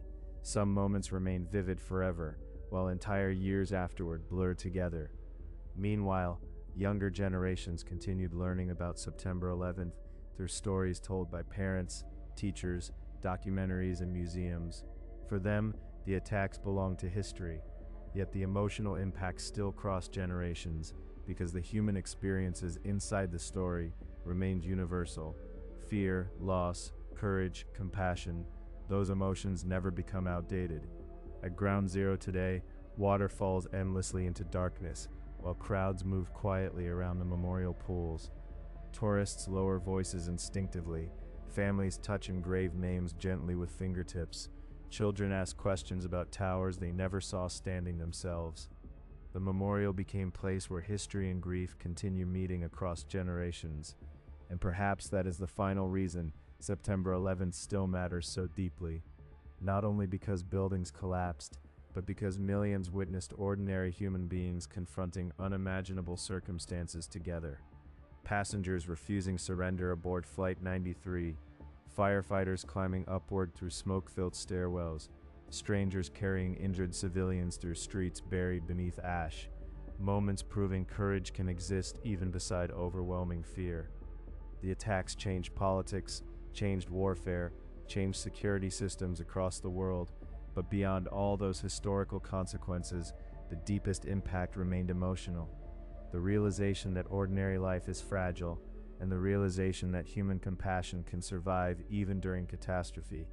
Tonight, Manhattan shines again above the river, subways roar beneath crowded streets, restaurants overflow with music and conversation, office workers stare from skyscraper windows above city lights stretching into darkness.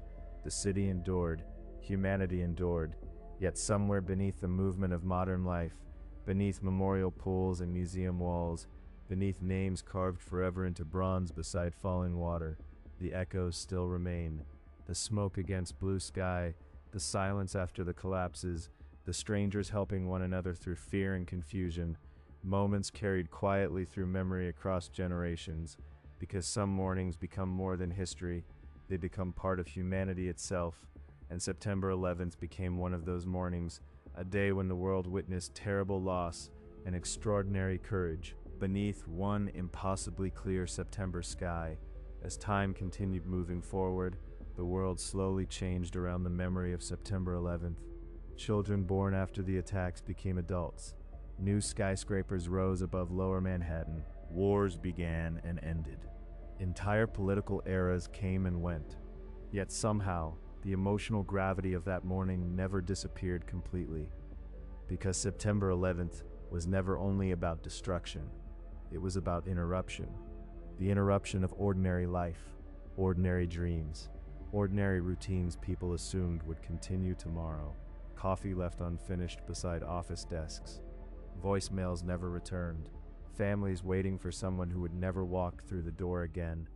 And perhaps that is why the story still reaches people decades later.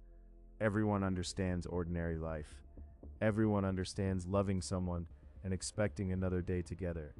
The attacks shattered those assumptions publicly, before entire world.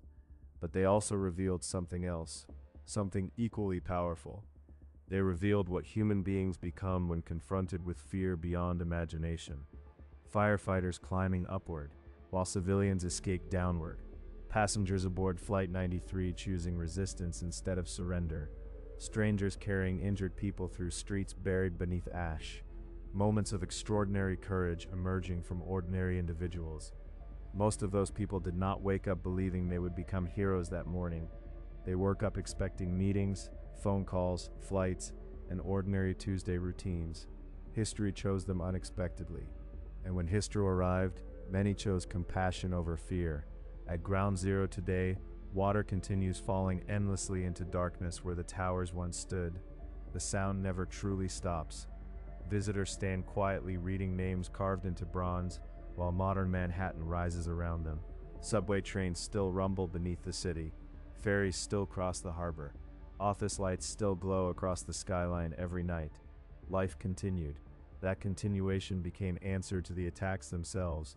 Not forgetting, not erasing grief, but continuing to live despite grief. Because resilience does not mean absence of pain. It means carrying pain without allowing it destroy humanity completely. New York learned that slowly, America learned that slowly, and millions of ordinary people around the world learned it too, while watching smoke rise above Manhattan beneath blue September sky. Years passed, the dust settled, the fires ended, the skyline healed, but memory remained. Inside survivors who still remember exact smell of smoke drifting through the streets, inside families preserving old photographs and voicemail recordings, inside firefighters who still hear radio calls from that morning in memory. And perhaps memory should remain, because forgetting would mean losing more than buildings. It would mean losing stories of courage, stories of sacrifice, stories proving that even during humanity's darkest moments, people still reached for one another. September 11th revealed cruelty capable of unimaginable destruction, but it also revealed humanity capable of extraordinary compassion. Both truths existed together that morning, and perhaps understanding both truths matters more than ever now. Tonight, Manhattan shines again beside dark river water. Tourists photograph the skyline. Restaurants fill with music and conversation. Office workers ride elevators upward through towers reflecting city lights into the night. The city lives. The world continued turning. Yet somewhere beyond the noise of modern life, beyond the memorial pools and museum walls, beyond names engraved forever into bronze, the echoes still remain. The smoke, the silence, the falling ash, the courage inside stairwells filled with fear, moments carried quietly through generations. Because some events become larger than history books, they become part of humanity itself. September 11th became one of those moments, a morning when ordinary life collided with unimaginable tragedy, and ordinary people answered with extraordinary courage. The towers fell, but compassion did not. Fear spread, but so did sacrifice. Lives ended, but memory endured, and perhaps that is the final truth left behind by September 11th. Even in humanity's darkest hours, there are still people willing to run toward danger for strangers they will never meet again. There are still voices choosing love during final moments. There are still hands reaching for one another through smoke, fear, and chaos. The world changed forever that morning, but so did understanding of courage itself. And somewhere tonight, beneath the lights of New York City, beneath the endless sound of water falling into memorial pools, beneath clear skies stretching above rebuilt skyline, the echoes continue, not as noise, not as headlines, but as memory, a memory of loss, a memory of resilience, a memory of humanity itself.